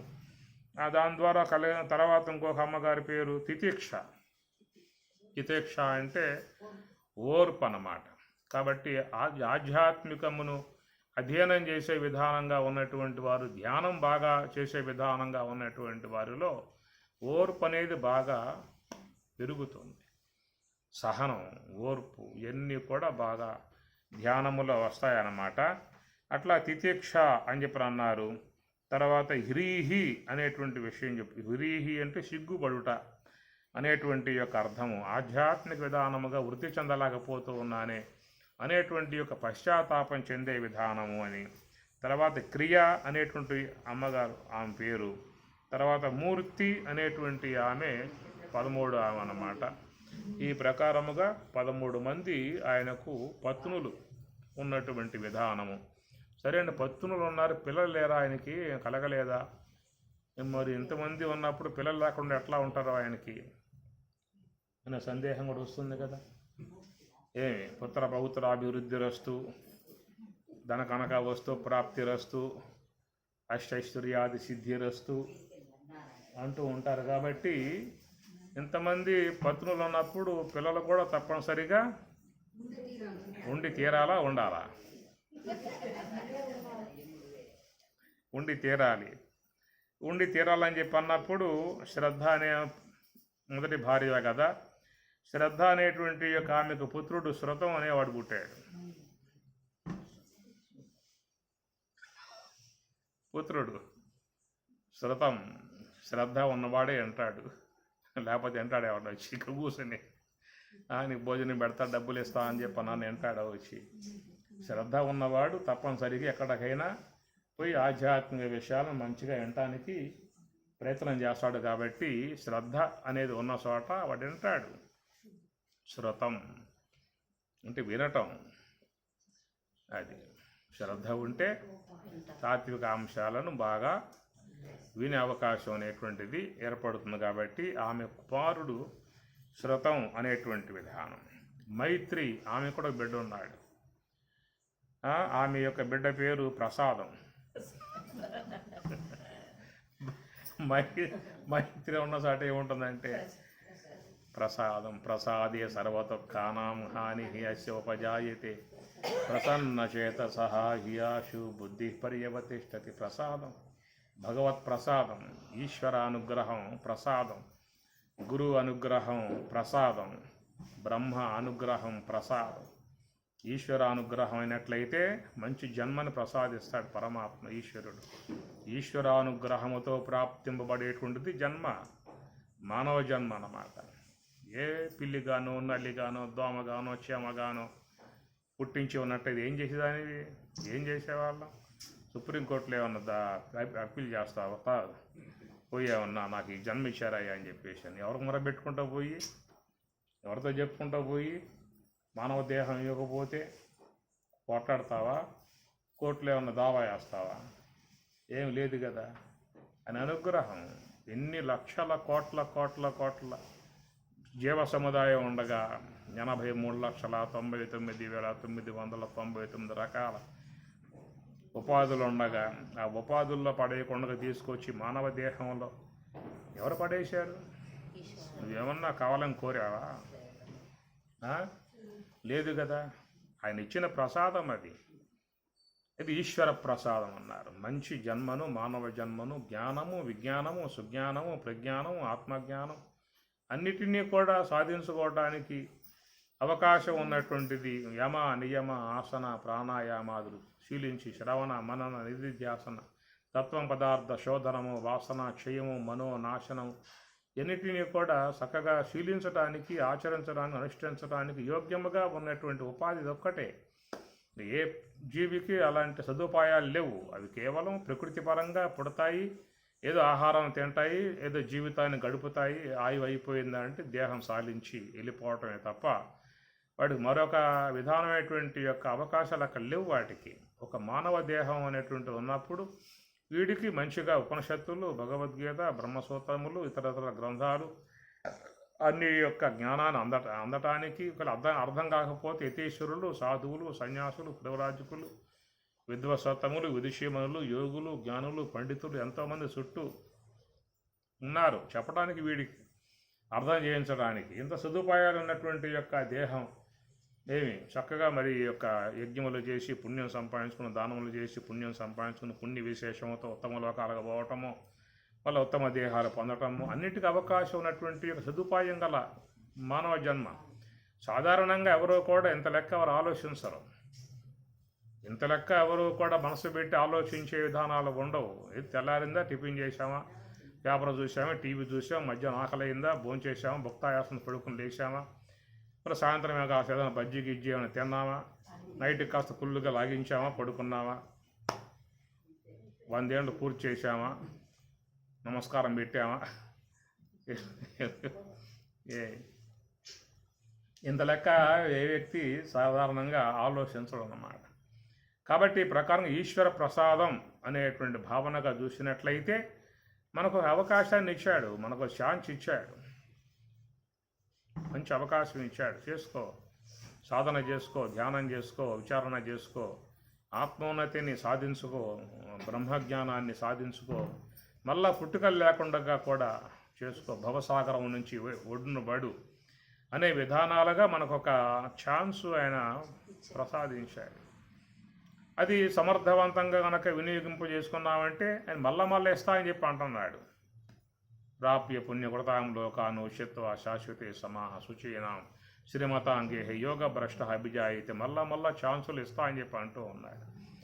ఏదన్నా నువ్వు ఇచ్చిన దాన్ని సద్వినియోగం చేసుకుంటే మళ్ళీ నీకు ప్రసాదించే అవకాశం ఉంటుంది. పిల్లగాడికి తండ్రి 500 కాగితం ఇచ్చాడు అనుకోండి, వాడు మంచి కార్యాలు చేసి మంచి పనులు చేస్తే దాన్ని భద్రపరిస్తే ఇంకొక 500 ఇస్తాడు, ఇంకో 1000 రూపాయలు కూడా ఇస్తాడు. దాన్ని చించి అక్కడ పక్కన బారేయటం, లేకపోతే తాగి బాగా తందనాడటం చేస్తే ఆయన మళ్ళీ ఇస్తాడు 500 రూపాయలు.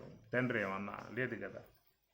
అట్లాగా మరి ఈశ్వర ప్రసాదం అని చెప్పి అన్నట్లయితే అది మనకి సర్వేశ్వరుడు మంచి జన్మ, అన్ని అవయవములు, అన్ని ఇంద్రియాలు, అన్ని విధాయికాలుగా ఆలోచన శక్తి, మంచిగా ఆలోచించే శక్తి అన్నీ ఉన్నటువంటి యొక్క మానవ దేహం ప్రసాదించిన విధానము అది ఈశ్వర ప్రసాదముగా మనం భావించుకోవాల్సి ఉంటుంది.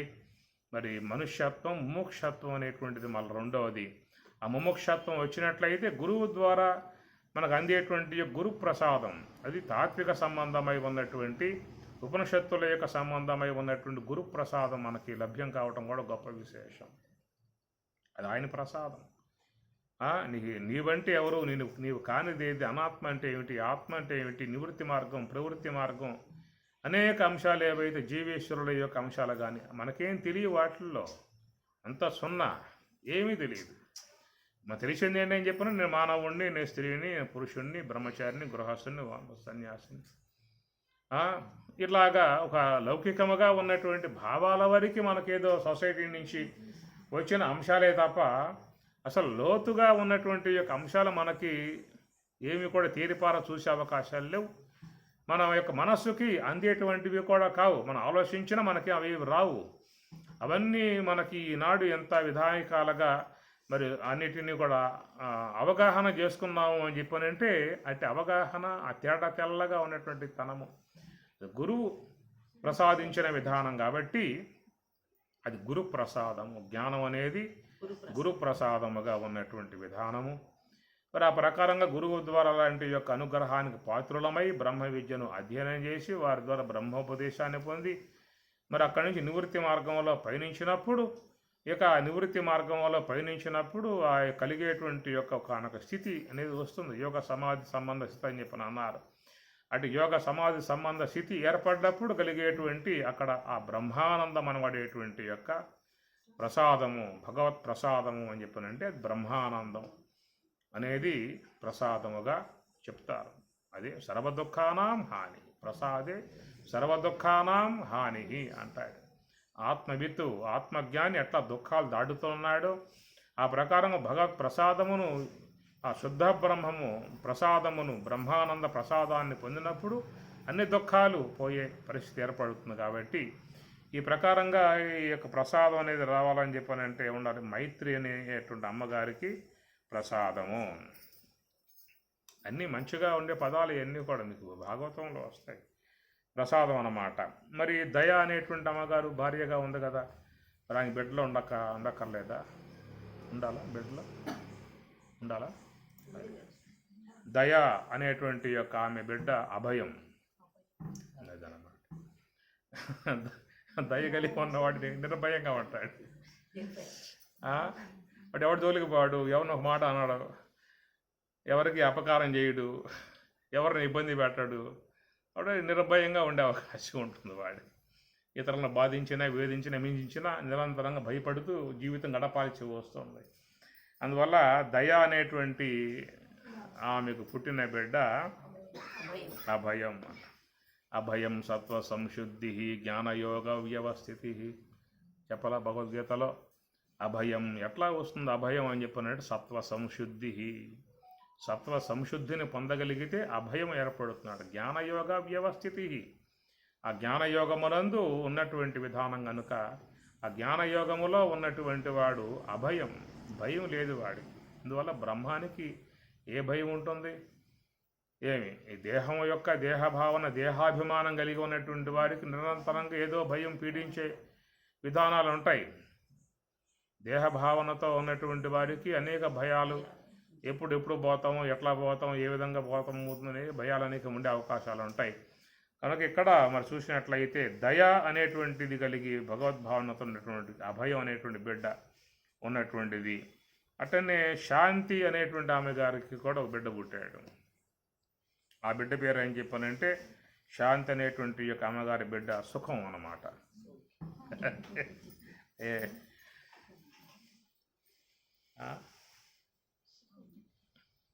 యముని అడిగావు కదా, యముని సంతతి ఎంతమంది అడిగావు కదా, మరి చెప్పుకోవాలిగా మనం.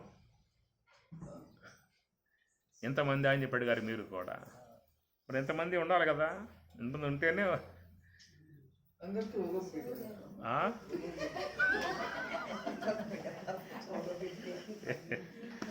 ఆ ప్రకారంగా చూసినట్లయితే శాంతి అనేటువంటి అమ్మగారి యొక్క బిడ్డ సుఖం. శాంతి ఉన్న చోట సుఖం ఉంటుంది. నాస్తి బుద్ధి అయుక్తస్య నచాయుక్తస్య భావన నచాభావయత శాంతి అశాంతస్య కుత సుఖం. కనుక ఆ ప్రకారంగా చూసినట్లయితే సుఖంగా ఉంటాడు. శాంతి ఉన్న చోట సుఖంగా ఉంటాడు. శాంతి వరకామధేనువు. శాంతి అనేటువంటిది అది భగవంతుని యొక్క అంశ. అది శాంతి అనేది భగవంతుని అంశ. శాంతాకారం భుజగశయ్యనం పద్మనాభం సురేశం పరమాత్మయే శాంతస్వరూపుడే ఉన్న విధానం కనుక ఆ శాంతి అనేటువంటిది భగవంతుని యొక్క అంశము. ఆ శాంతి ఉన్న చోట సుఖం ఉంటుంది. దుఃఖమాగంతుకంబైతోచుచుండు సుఖము స్వాభావికము నాకు సూర్యవర్య అని రాముడు అంటాడు ఆంజనేయ స్వామి వారితో. దుఃఖమాగంతుకంబైతోచుచు, దుఃఖం బయట నుంచి వస్తుందరా, సుఖము స్వాభావికము నాకు సూర్యవర్య. సుఖం నా స్వరూపం, సుఖం నా స్వరూపం. కనుక ఆ శాంతి ఉన్న చోట ఏది శాంతి అంటే ఈ శ్లోకం చెప్పాడు కదా, నాస్తి బుద్ధి అయుక్తస్య నచాయుక్తస్య భావన నచాభావ యతశాంతి అశాంతస్య కుత సుఖం. శాంతి లేని వానికి సుఖం లేదు. ఈ రెండు లేకపోవడం కారణం ఏంటనే మాటకి నాస్తి బుద్ధి, వాడికి బుద్ధి లేదు అన్నాడు. ఇక్కడేం చెప్పాడు? ఇక్కడ బుద్ధి ఉంది కదా, ఇక్కడ బుద్ధి ఉంది కదా. పరమాత్మ ఏమన్నాడు? నాస్తి బుద్ధి అయుక్తస్య, వాడు అయుక్తుడు. అయుక్తుడు కావటం వల్ల వానికి బుద్ధి లేదు అన్నాడు. అయుక్తుడు అంటే ఎవరెవడు? వాడు ఎట్లా ఉంటాడు అయుక్తుడు? ఆయన ఎట్లా ఉంటాడు అయుక్తుడు? అయుక్త అనే మాటకి మీకు అర్థం కూడా ఉన్నది. అయుక్త, ప్రాకృత, స్తబ్ధ, షట, నైష్కృతిక, అలస, విషాది, దీర్ఘసూత్రీ చ కర్త తామస ఉచ్యతే. 18వ అధ్యాయం. అయుక్త, ప్రాకృత, స్తబ్ద, శట, నైష్కృతిక, అలస, విషాది, దీర్ఘ ఇవన్నీ ఎవరికి ఉంటాయి? తామసికులు, తమో గుణం గలవాడికి ఉండేటువంటివి ఇవన్నీ అన్నమాట. అయుక్తుడు అన్నాడు. అయుక్త, ప్రాకృత అంటే ఎప్పుడు వ్యవహారంలో మునిగేవాడు. స్తబ్ద, ఏ దైవ కార్యాలు ధ్యానాదులు చేసేవాడు. స్తబ్ద, శట, నైష్కృతిక ఇవన్నీ కూడా తామసిక సంబంధమై ఉన్నటువంటి స్వభావాలు అన్నమాట. అలాంటి వానికి అయుక్త నాస్తి బుద్ధి అయుక్తస్య నచాయుక్తస్య భావన. అటు అయుక్తునికి బ్రహ్మభావం లేదు, బ్రహ్మభావం లేని వానికి శాంతి లేదు, శాంతి లేని వానికి సుఖం లేదు. కొత్త సుఖం పరమాత్మ అన్నమాట. మనకి ఇక్కడ శాంతి అనేది ఉంది కాబట్టి ఎవరు అక్కడ శాంతి ఉంటే ఎవరు ఉంటారు అక్కడ? సుఖం. సుఖం పుత్రుడు అన్నమాట ఆయన గారికి.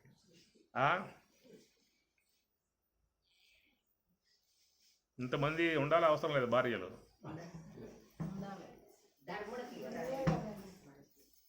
మనకు ఉండాలా వద్దా ఎంతమంది భార్యలు?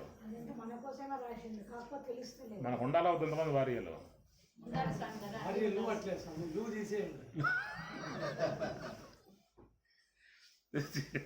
భయం మల్లికార్జున గారికి.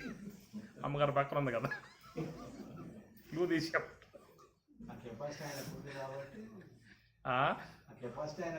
ఇదంతా జ్ఞానపరంగా ఇక్కడ ఇబ్బంది లేదు. అవును, అవును. మరి భార్య దయ ఉంది, ఆయన కావాలి. ఆ భార్య ఆయనకి కావాలి. ఆయనకు కూడా దయ ఉండకూడదు, భార్యగా ఉండొచ్చు.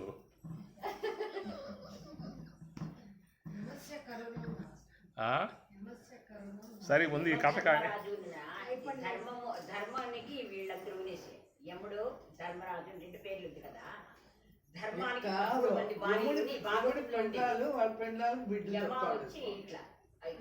కనుక ఈ ప్రకారంగా యమ నియమే.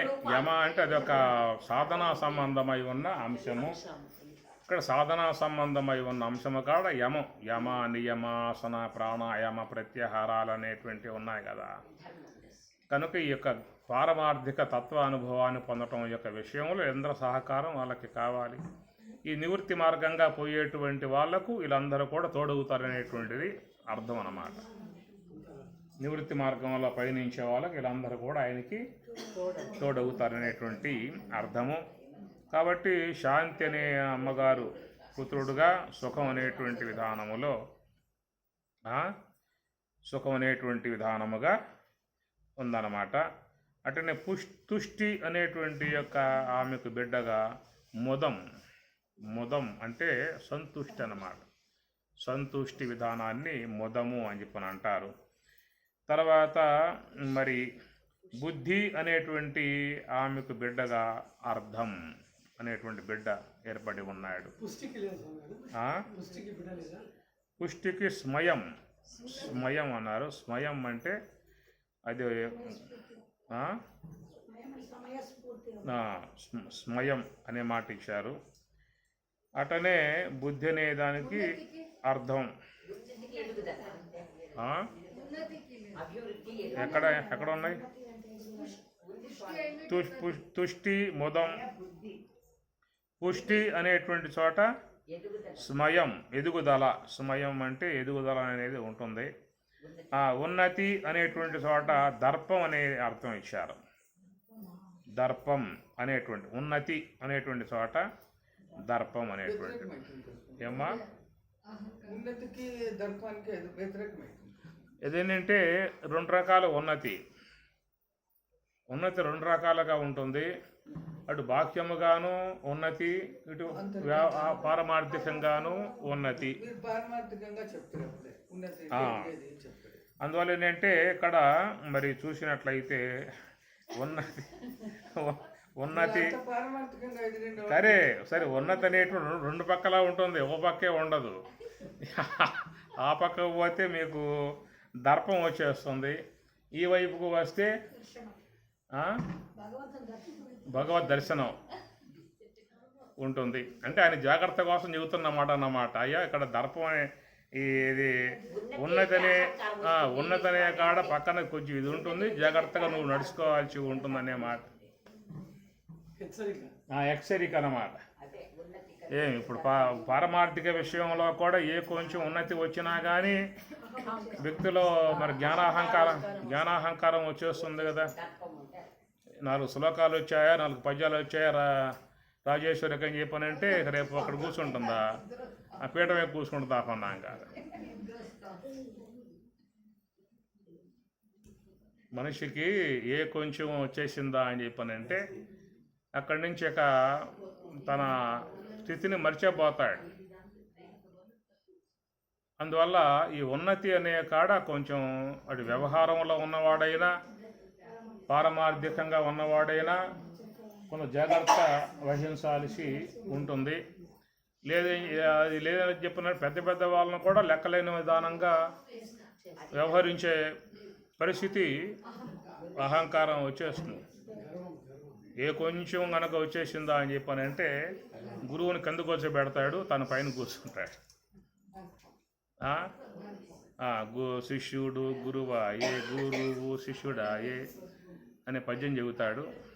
స్వామి గారు ఇప్పుడు కింద కూర్చొని పైన కూర్చుంటా అంటాడు. ఈ ప్రకారంగా కొంచెం ఆధ్యాత్మికమైన వ్యావహారికమైన కొంచెం గమనించుకోవాలి. ఎవరైతే అవగాహనతో ఆధ్యాత్మికమును అధ్యయనం చేస్తారో, అవగాహనతో ఆధ్యాత్మికమును అధ్యయనం చేసినప్పుడు తన యొక్క స్థితి ఏమిటో, తన యొక్క పరిధి ఏమిటో తెలుసుకుని ప్రవర్తించే విధానం అనేటువంటిది వస్తుంది. అవగాహన లేకుండా ఆధ్యాత్మికమును అధ్యయనం చేసినట్లయితే వానిలో గర్వం పెరుగుతుంది, అహంకారం పెరుగుతుంది. ఇంకా నేనే సర్వజ్ఞుణ్ణి, సర్వేశ్వరుణ్ణి, ఈశ్వరోహమహం భోగి సిద్ధోహం బలవాన్ సుఖి ఆఢ్యో జనవానస్మి కోన్యో సదృశోమయ కహ అన్య, నాకంటే ఎవడ గొప్ప లోకంలో అనేటువంటి విధానాలు మీకు వచ్చేస్తాయి కదా. ఏ కొంచెం కనుక వచ్చిందా అని చెప్పానంటే ఎమ్మటే వ్యక్తిలో అలాంటివన్నీ వచ్చేస్తాయి. కాబట్టి ఆ విషయం కొంచెం గమనించుకోవటానికి ఉన్నతి అనే కాడ దర్పం అనేటువంటిది అక్కడ పక్కన పెట్టాడు అని చెప్పానంటే గమనించుకోమని చెప్పని హెచ్చరిక చేయటం అన్నమాట.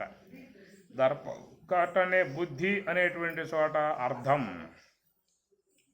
అనేటువంటి అర్థం అంటే రెండు ఉంటాయి ఇక్కడ.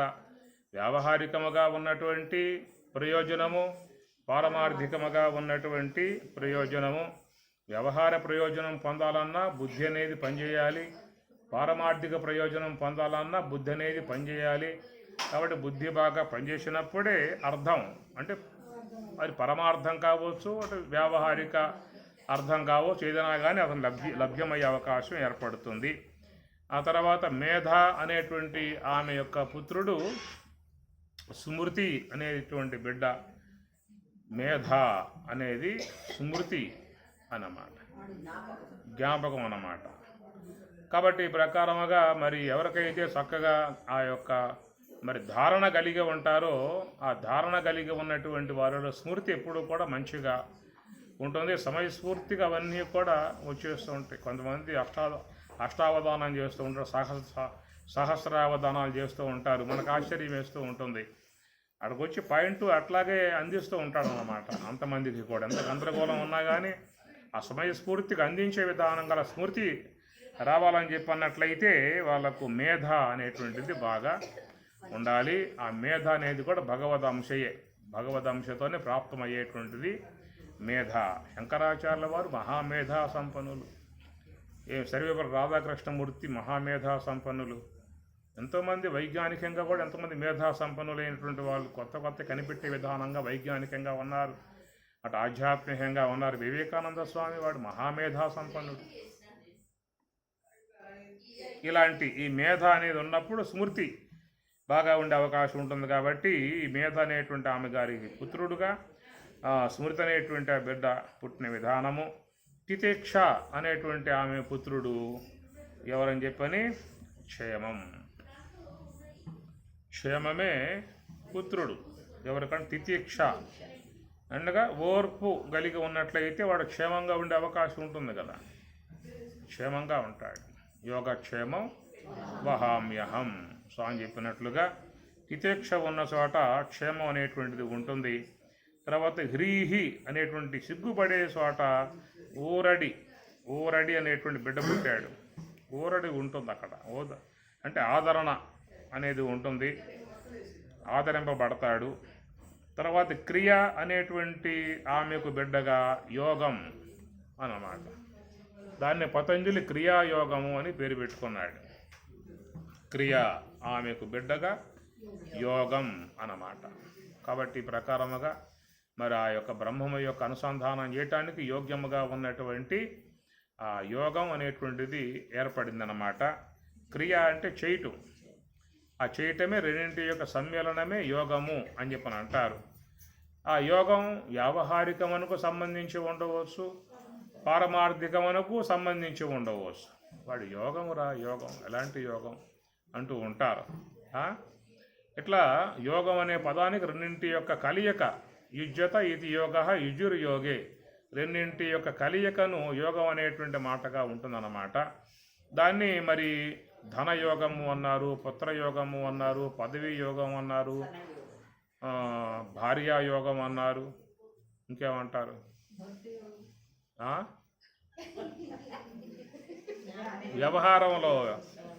వ్యవహారంలో ఉన్నటువంటి యోగాలు ఇవన్నీ కూడా రాజయోగం వాడికి పట్టిందిరా అనుకోకుండా వచ్చి పడింది.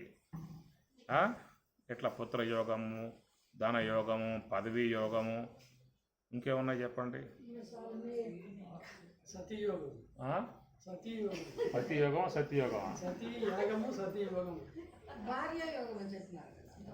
వచ్చే సత్య అన్న భార్య అని ఒకటేలే. సతీయోగము అదే వివాహం అయిన తర్వాత మామగారు ఇచ్చేవన్నీ కూడా అవన్నీ వాహన యోగము. మామగారు ఇస్తాడు, ఒక కారు ఇస్తాడు, ఒక స్కూటర్ ఇస్తాడు, ఒక విమానం ఇస్తాడు, ఒక ర్యాకెట్ ఇస్తాడు. అడిగితే ఎవరా? ఇవ్వకపోతే పండగ రాను మొండికేస్తాడు. మొండికేసి ఒకటే గొడవ పెడతా ఉంటుంది, ఇంటికి ఫోన్ చేస్తూ ఉంటుంది. నాన్న ఏం రామాయణం చెప్పలేదు నువ్వు, అందరూ వస్తారు కదా ఇంటికి పండగ, సంక్రాంతి పండుగకి. ఆమె పోస్ట్ చేసి ఆమె ఏడుస్తూ ఉంటుంది అనమాట. ఆమె ఏడు పెన్లాకి ఈయన గారు తట్టుకోలేకపోతూ ఉంటాడు. వాడు కారు ఇస్తే వస్తా అంటాడు, విమానం ఇస్తే వస్తా అంటాడు, రాకెట్ ఇస్తే వస్తా అంటాడు.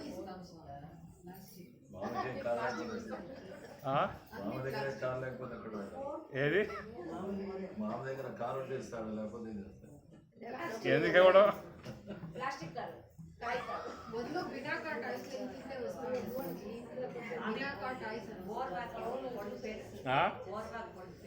ఎవరు వస్తాయి అన్నీ వస్తాయి, లైన్గా ఉన్నాయిలే, అందరూ వస్తారు. అదన్నమాట. కనుక వ్యవహారంలో ఉన్నటువంటి ఎన్ని యోగాలు మానవ జీవితంలో వచ్చేటువంటి కూడా యోగాలే అన్నారు. మనకి పంచాంగ శాస్త్రాల్లో కూడా యోగము, కరణము, తిథి వార నక్షత్ర యోగ కరణ, ఈ 5 కలిసి కదా పంచాంగం అని చెప్పేసి అని యోగ కరణ, దాంట్లో యోగాలు ఉంటాయన్నమాట. అట్లా కాబట్టి యోగం రెండింటి కలయిక అన్నమాట. అయితే వ్యావహారికముగా ఉన్నటువంటి యోగాలలో వియోగాలు ఉన్నాయి. భార్య యోగం సంతోషమే, భార్య వియోగం అయితే మహాబాధ వాడికి. పుత్రయోగం సంతోషమే, పుత్ర వియోగం అయితే మహాబాధ ఏర్పడుతుంది. ధనయోగము సంతోషమే, ఆ ధనం కాస్త పెట్టును పోయిందని చెప్పినంటే అది మహాబాధ. పదవీ యోగాలు ఉన్నాయి కొన్ని, అది వస్తాం సంతోషం వాడి, అది పోయిందంటే ఇంకా మహాబాధ, ఇంకా వాడికి ఏదో పోయినట్లుగా. ఈ ప్రకారంగా ఇవన్నీ కూడా వియోగములతో చేరి ఉన్న యోగాలు. ఏదో పూట పోతాయి, ఇవిడన్నా పోవాలి, అవన్నా పోతాయి. ఈ లోకంలో ఉన్నటువంటి యోగాలన్నీ కూడా వియోగం యొక్క సంబంధముతో చేరి ఉన్న యోగాలు. ఏదో పూట ఓడన్నా వదిలిపెట్టిపోవాలి, అవన్నా వదిలిపెట్టిపోతాయి. కానీ రెండు కలిసిపోయే అవకాశాలు లేవు కదా. సరే నేను పోతున్నారా, తోడెవరు వస్తారా అని చెప్పానంటే ఎవరితో ప్రాణమెల్లిన దేహమగ్నిహోత్రుని పాలు కఠిన శల్యములెల్ల గంగ పాలు మీద గప్పిన బట్ట మేటి సాకలి పాలు కొడుకు వండిన కోడు కాకులు పాలు యముడు చేసిన జీవుడు ఎవరి పాలు పాపంబు చేసిన జీవుడు ఎవరి పాలు యముడి పాలు. కాబట్టి ఈ ప్రకారంగా జీవితంలో ఏది కూడా తోడు రావు, అంతవరకే తోడొస్తారు తప్ప ఆ భయంగా ఉందరా పైకి పోతే ఎట్లా ఉంటుందో తెలియదు, తోడొస్తే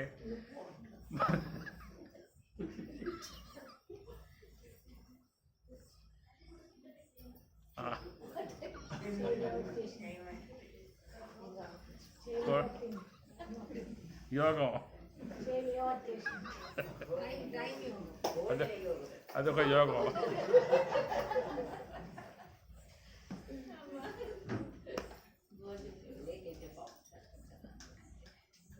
ఈ ప్రకారంగా కనుక బాహ్యములో వ్యవహారములో కూడా యోగం ఉన్నది. అక్కడ ఉంది యోగం, ఇక్కడ ఉన్నది యోగం. ఇది ఆత్మ సంయమ యోగాగ్నవు, ఇది బ్రహ్మయోగము, జ్ఞానయోగము, ఆత్మ సంయమ యోగము, విజ్ఞాన యోగము, అక్షర పరబ్రహ్మ యోగము. ఇది తాత్విక పరమగా ఉన్నటువంటి ఈ యోగాన్ని ఎడబాట్లు లేవక తం విద్య యోగ సంయోగ తం దుఃఖ సంయోగ వియోగం యోగ సంజ్ఞతం. కనుక ఈ యొక్క ఆత్మయోగం అనేటువంటిది ఎప్పుడూ ఉండేటువంటి యొక్క విధానముగా ఉండేటువంటిది. పారమార్థికముగా పొందే యోగం శాశ్వతంగా ఉంటుంది. వ్యావహారికముగా పొందేటువంటి యొక్క ఈ యోగాలన్నీ కూడా ఏదో పూట చెప్పకుండానే వెళ్ళిపోయే విధానం ఉంటుంది. కాబట్టి క్రియ అనేటువంటి యొక్క ఆమెకు యోగం అనేటువంటి బిడ్డ పుట్టినటువంటి యొక్క విధానం అయితే, ఇక 13వ విధానములో మూర్తి అనేటువంటి ఆమె యొక్క బిడ్డలుగా నరనారాయణులు అనేటువంటి వారిద్దరు జనించిన విధానము. నరనారాయణులు తపస్సేస్తారు బదరిక ఆశ్రమంలో. అది కథాంశముగా పోయేటువంటి అంశముగా దాంట్లో వస్తుందన్నమాట. ఈ ప్రకారంగా మరి ఇమం వ్యవస్వతే ఈ వ్యవస్వతే సూర్య భగవానుడు అని చెప్పి అన్నప్పుడు ఆయన మరి చూసినట్లయితే వ్యావహారిక సూర్యుడు, తర్వాత వ్యావహారిక విశ్వమును ప్రకాశింపజేసేటువంటి యొక్క వ్యావహారిక సూర్యుడు, ప్రాతిభాషిక పదార్థాలను ప్రకాశింపజేసేటువంటి యొక్క సాక్షి సూర్యుడు, తర్వాత సూక్ష్మదేహము యొక్క వ్యవహార ఇంద్రియాలను ప్రకాశింపజేసే విధానములో చిదాభాస సూర్యుడు, పారమార్థిక బ్రహ్మమును ప్రకాశింపజేసే సూర్యుడు కూడా ఉన్నాడు. అది రేపు దాని విషయం ఇప్పుడు చెప్పొచ్చు, కానీ ఆమె టైం చూపించడం కారణంగా చెప్పడం ఆపేయటం అవుతుందన్నమాట. కాబట్టి ఈ ప్రకారంగా మరి ఆ సూర్య భగవానునికి పుట్టినటువంటి బిడ్డ యముడు, యమున. ఆమె కూడా చెప్పాలి వల్ల యముడు చెప్పుకునే విధానాలు యమున కూడా ఉన్నది, పుత్రిక కూడా ఉన్నది. ఆమె ఎవరనే విషయంగా వస్తుంది. కనుక యముడి యొక్క విషయంలో ఇంతమంది అని చెప్పి అన్నప్పుడు యమం అనేటువంటి పారమార్థికముగా తీసుకున్నప్పుడు ఆ యమం కలిగి ఉన్నటువంటి వాళ్లకు ఈ అందరూ కూడా ఆయనకి తోడయి పారమార్థిక మార్గాన్ని సహాయపడేటువంటి వారుగా ఈ సంతతంతా కూడా ఆయనకి చక్కగా ఏర్పడుతుంది. యమము కలిగి ఎవరైనా ఉండుగాక వాళ్ళందరికీ కూడా ఈ గుణాలు అనేటువంటివి ఏర్పడతాయి అనేటువంటి అర్థము. వాళ్ళకి పారమార్థికంగా ఇలా తోడుబడి బ్రహ్మైక్య మార్గానికి చక్కటి దోవ చూపే విధానంగా ఉంటారని చెప్పేసి అని ఇంకా చెప్పాల్సింది ఇంకా ఉంది. ఉమాగారు టైం చూపించింది, ఆపేసి అందువల్ల ఆమె టైం చూపించింది. ఇప్పుడు నాకు ఇంకా కొనసాగించేవాడిని. మరి మీరు పూర్తిగా ఏమలా రేపు చెప్పంటాం వాళ్ళు ఇంకోసారి చెప్పమంటావా? సరే. ఓం సహనా భవతు సహనౌ భునక్తు సహ వీర్యం కరవావహై తేజస్వినావధీతమస్తు మా విద్విషావహై. ఓం శాంతి శాంతి శాంతి. హరి ఓం తత్సతు. శ్రీ గురుభ్యో నమః. హరి ఓం. పొద్దున శ్యామలమ్మ గారు ఒక్క పదం మీద చెప్పని అంద కదా, ఓ పదం తీసుకున్నాను అన్నమాట. ఒక్క పదం, రేపు కూడా ఒక్క పదమే.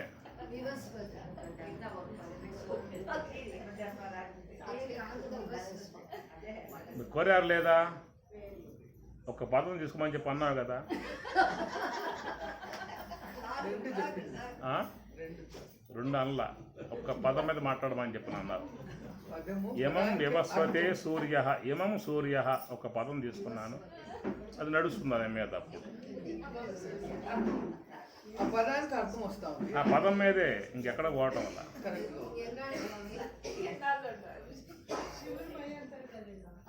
వాళ్ళకి వచ్చింది.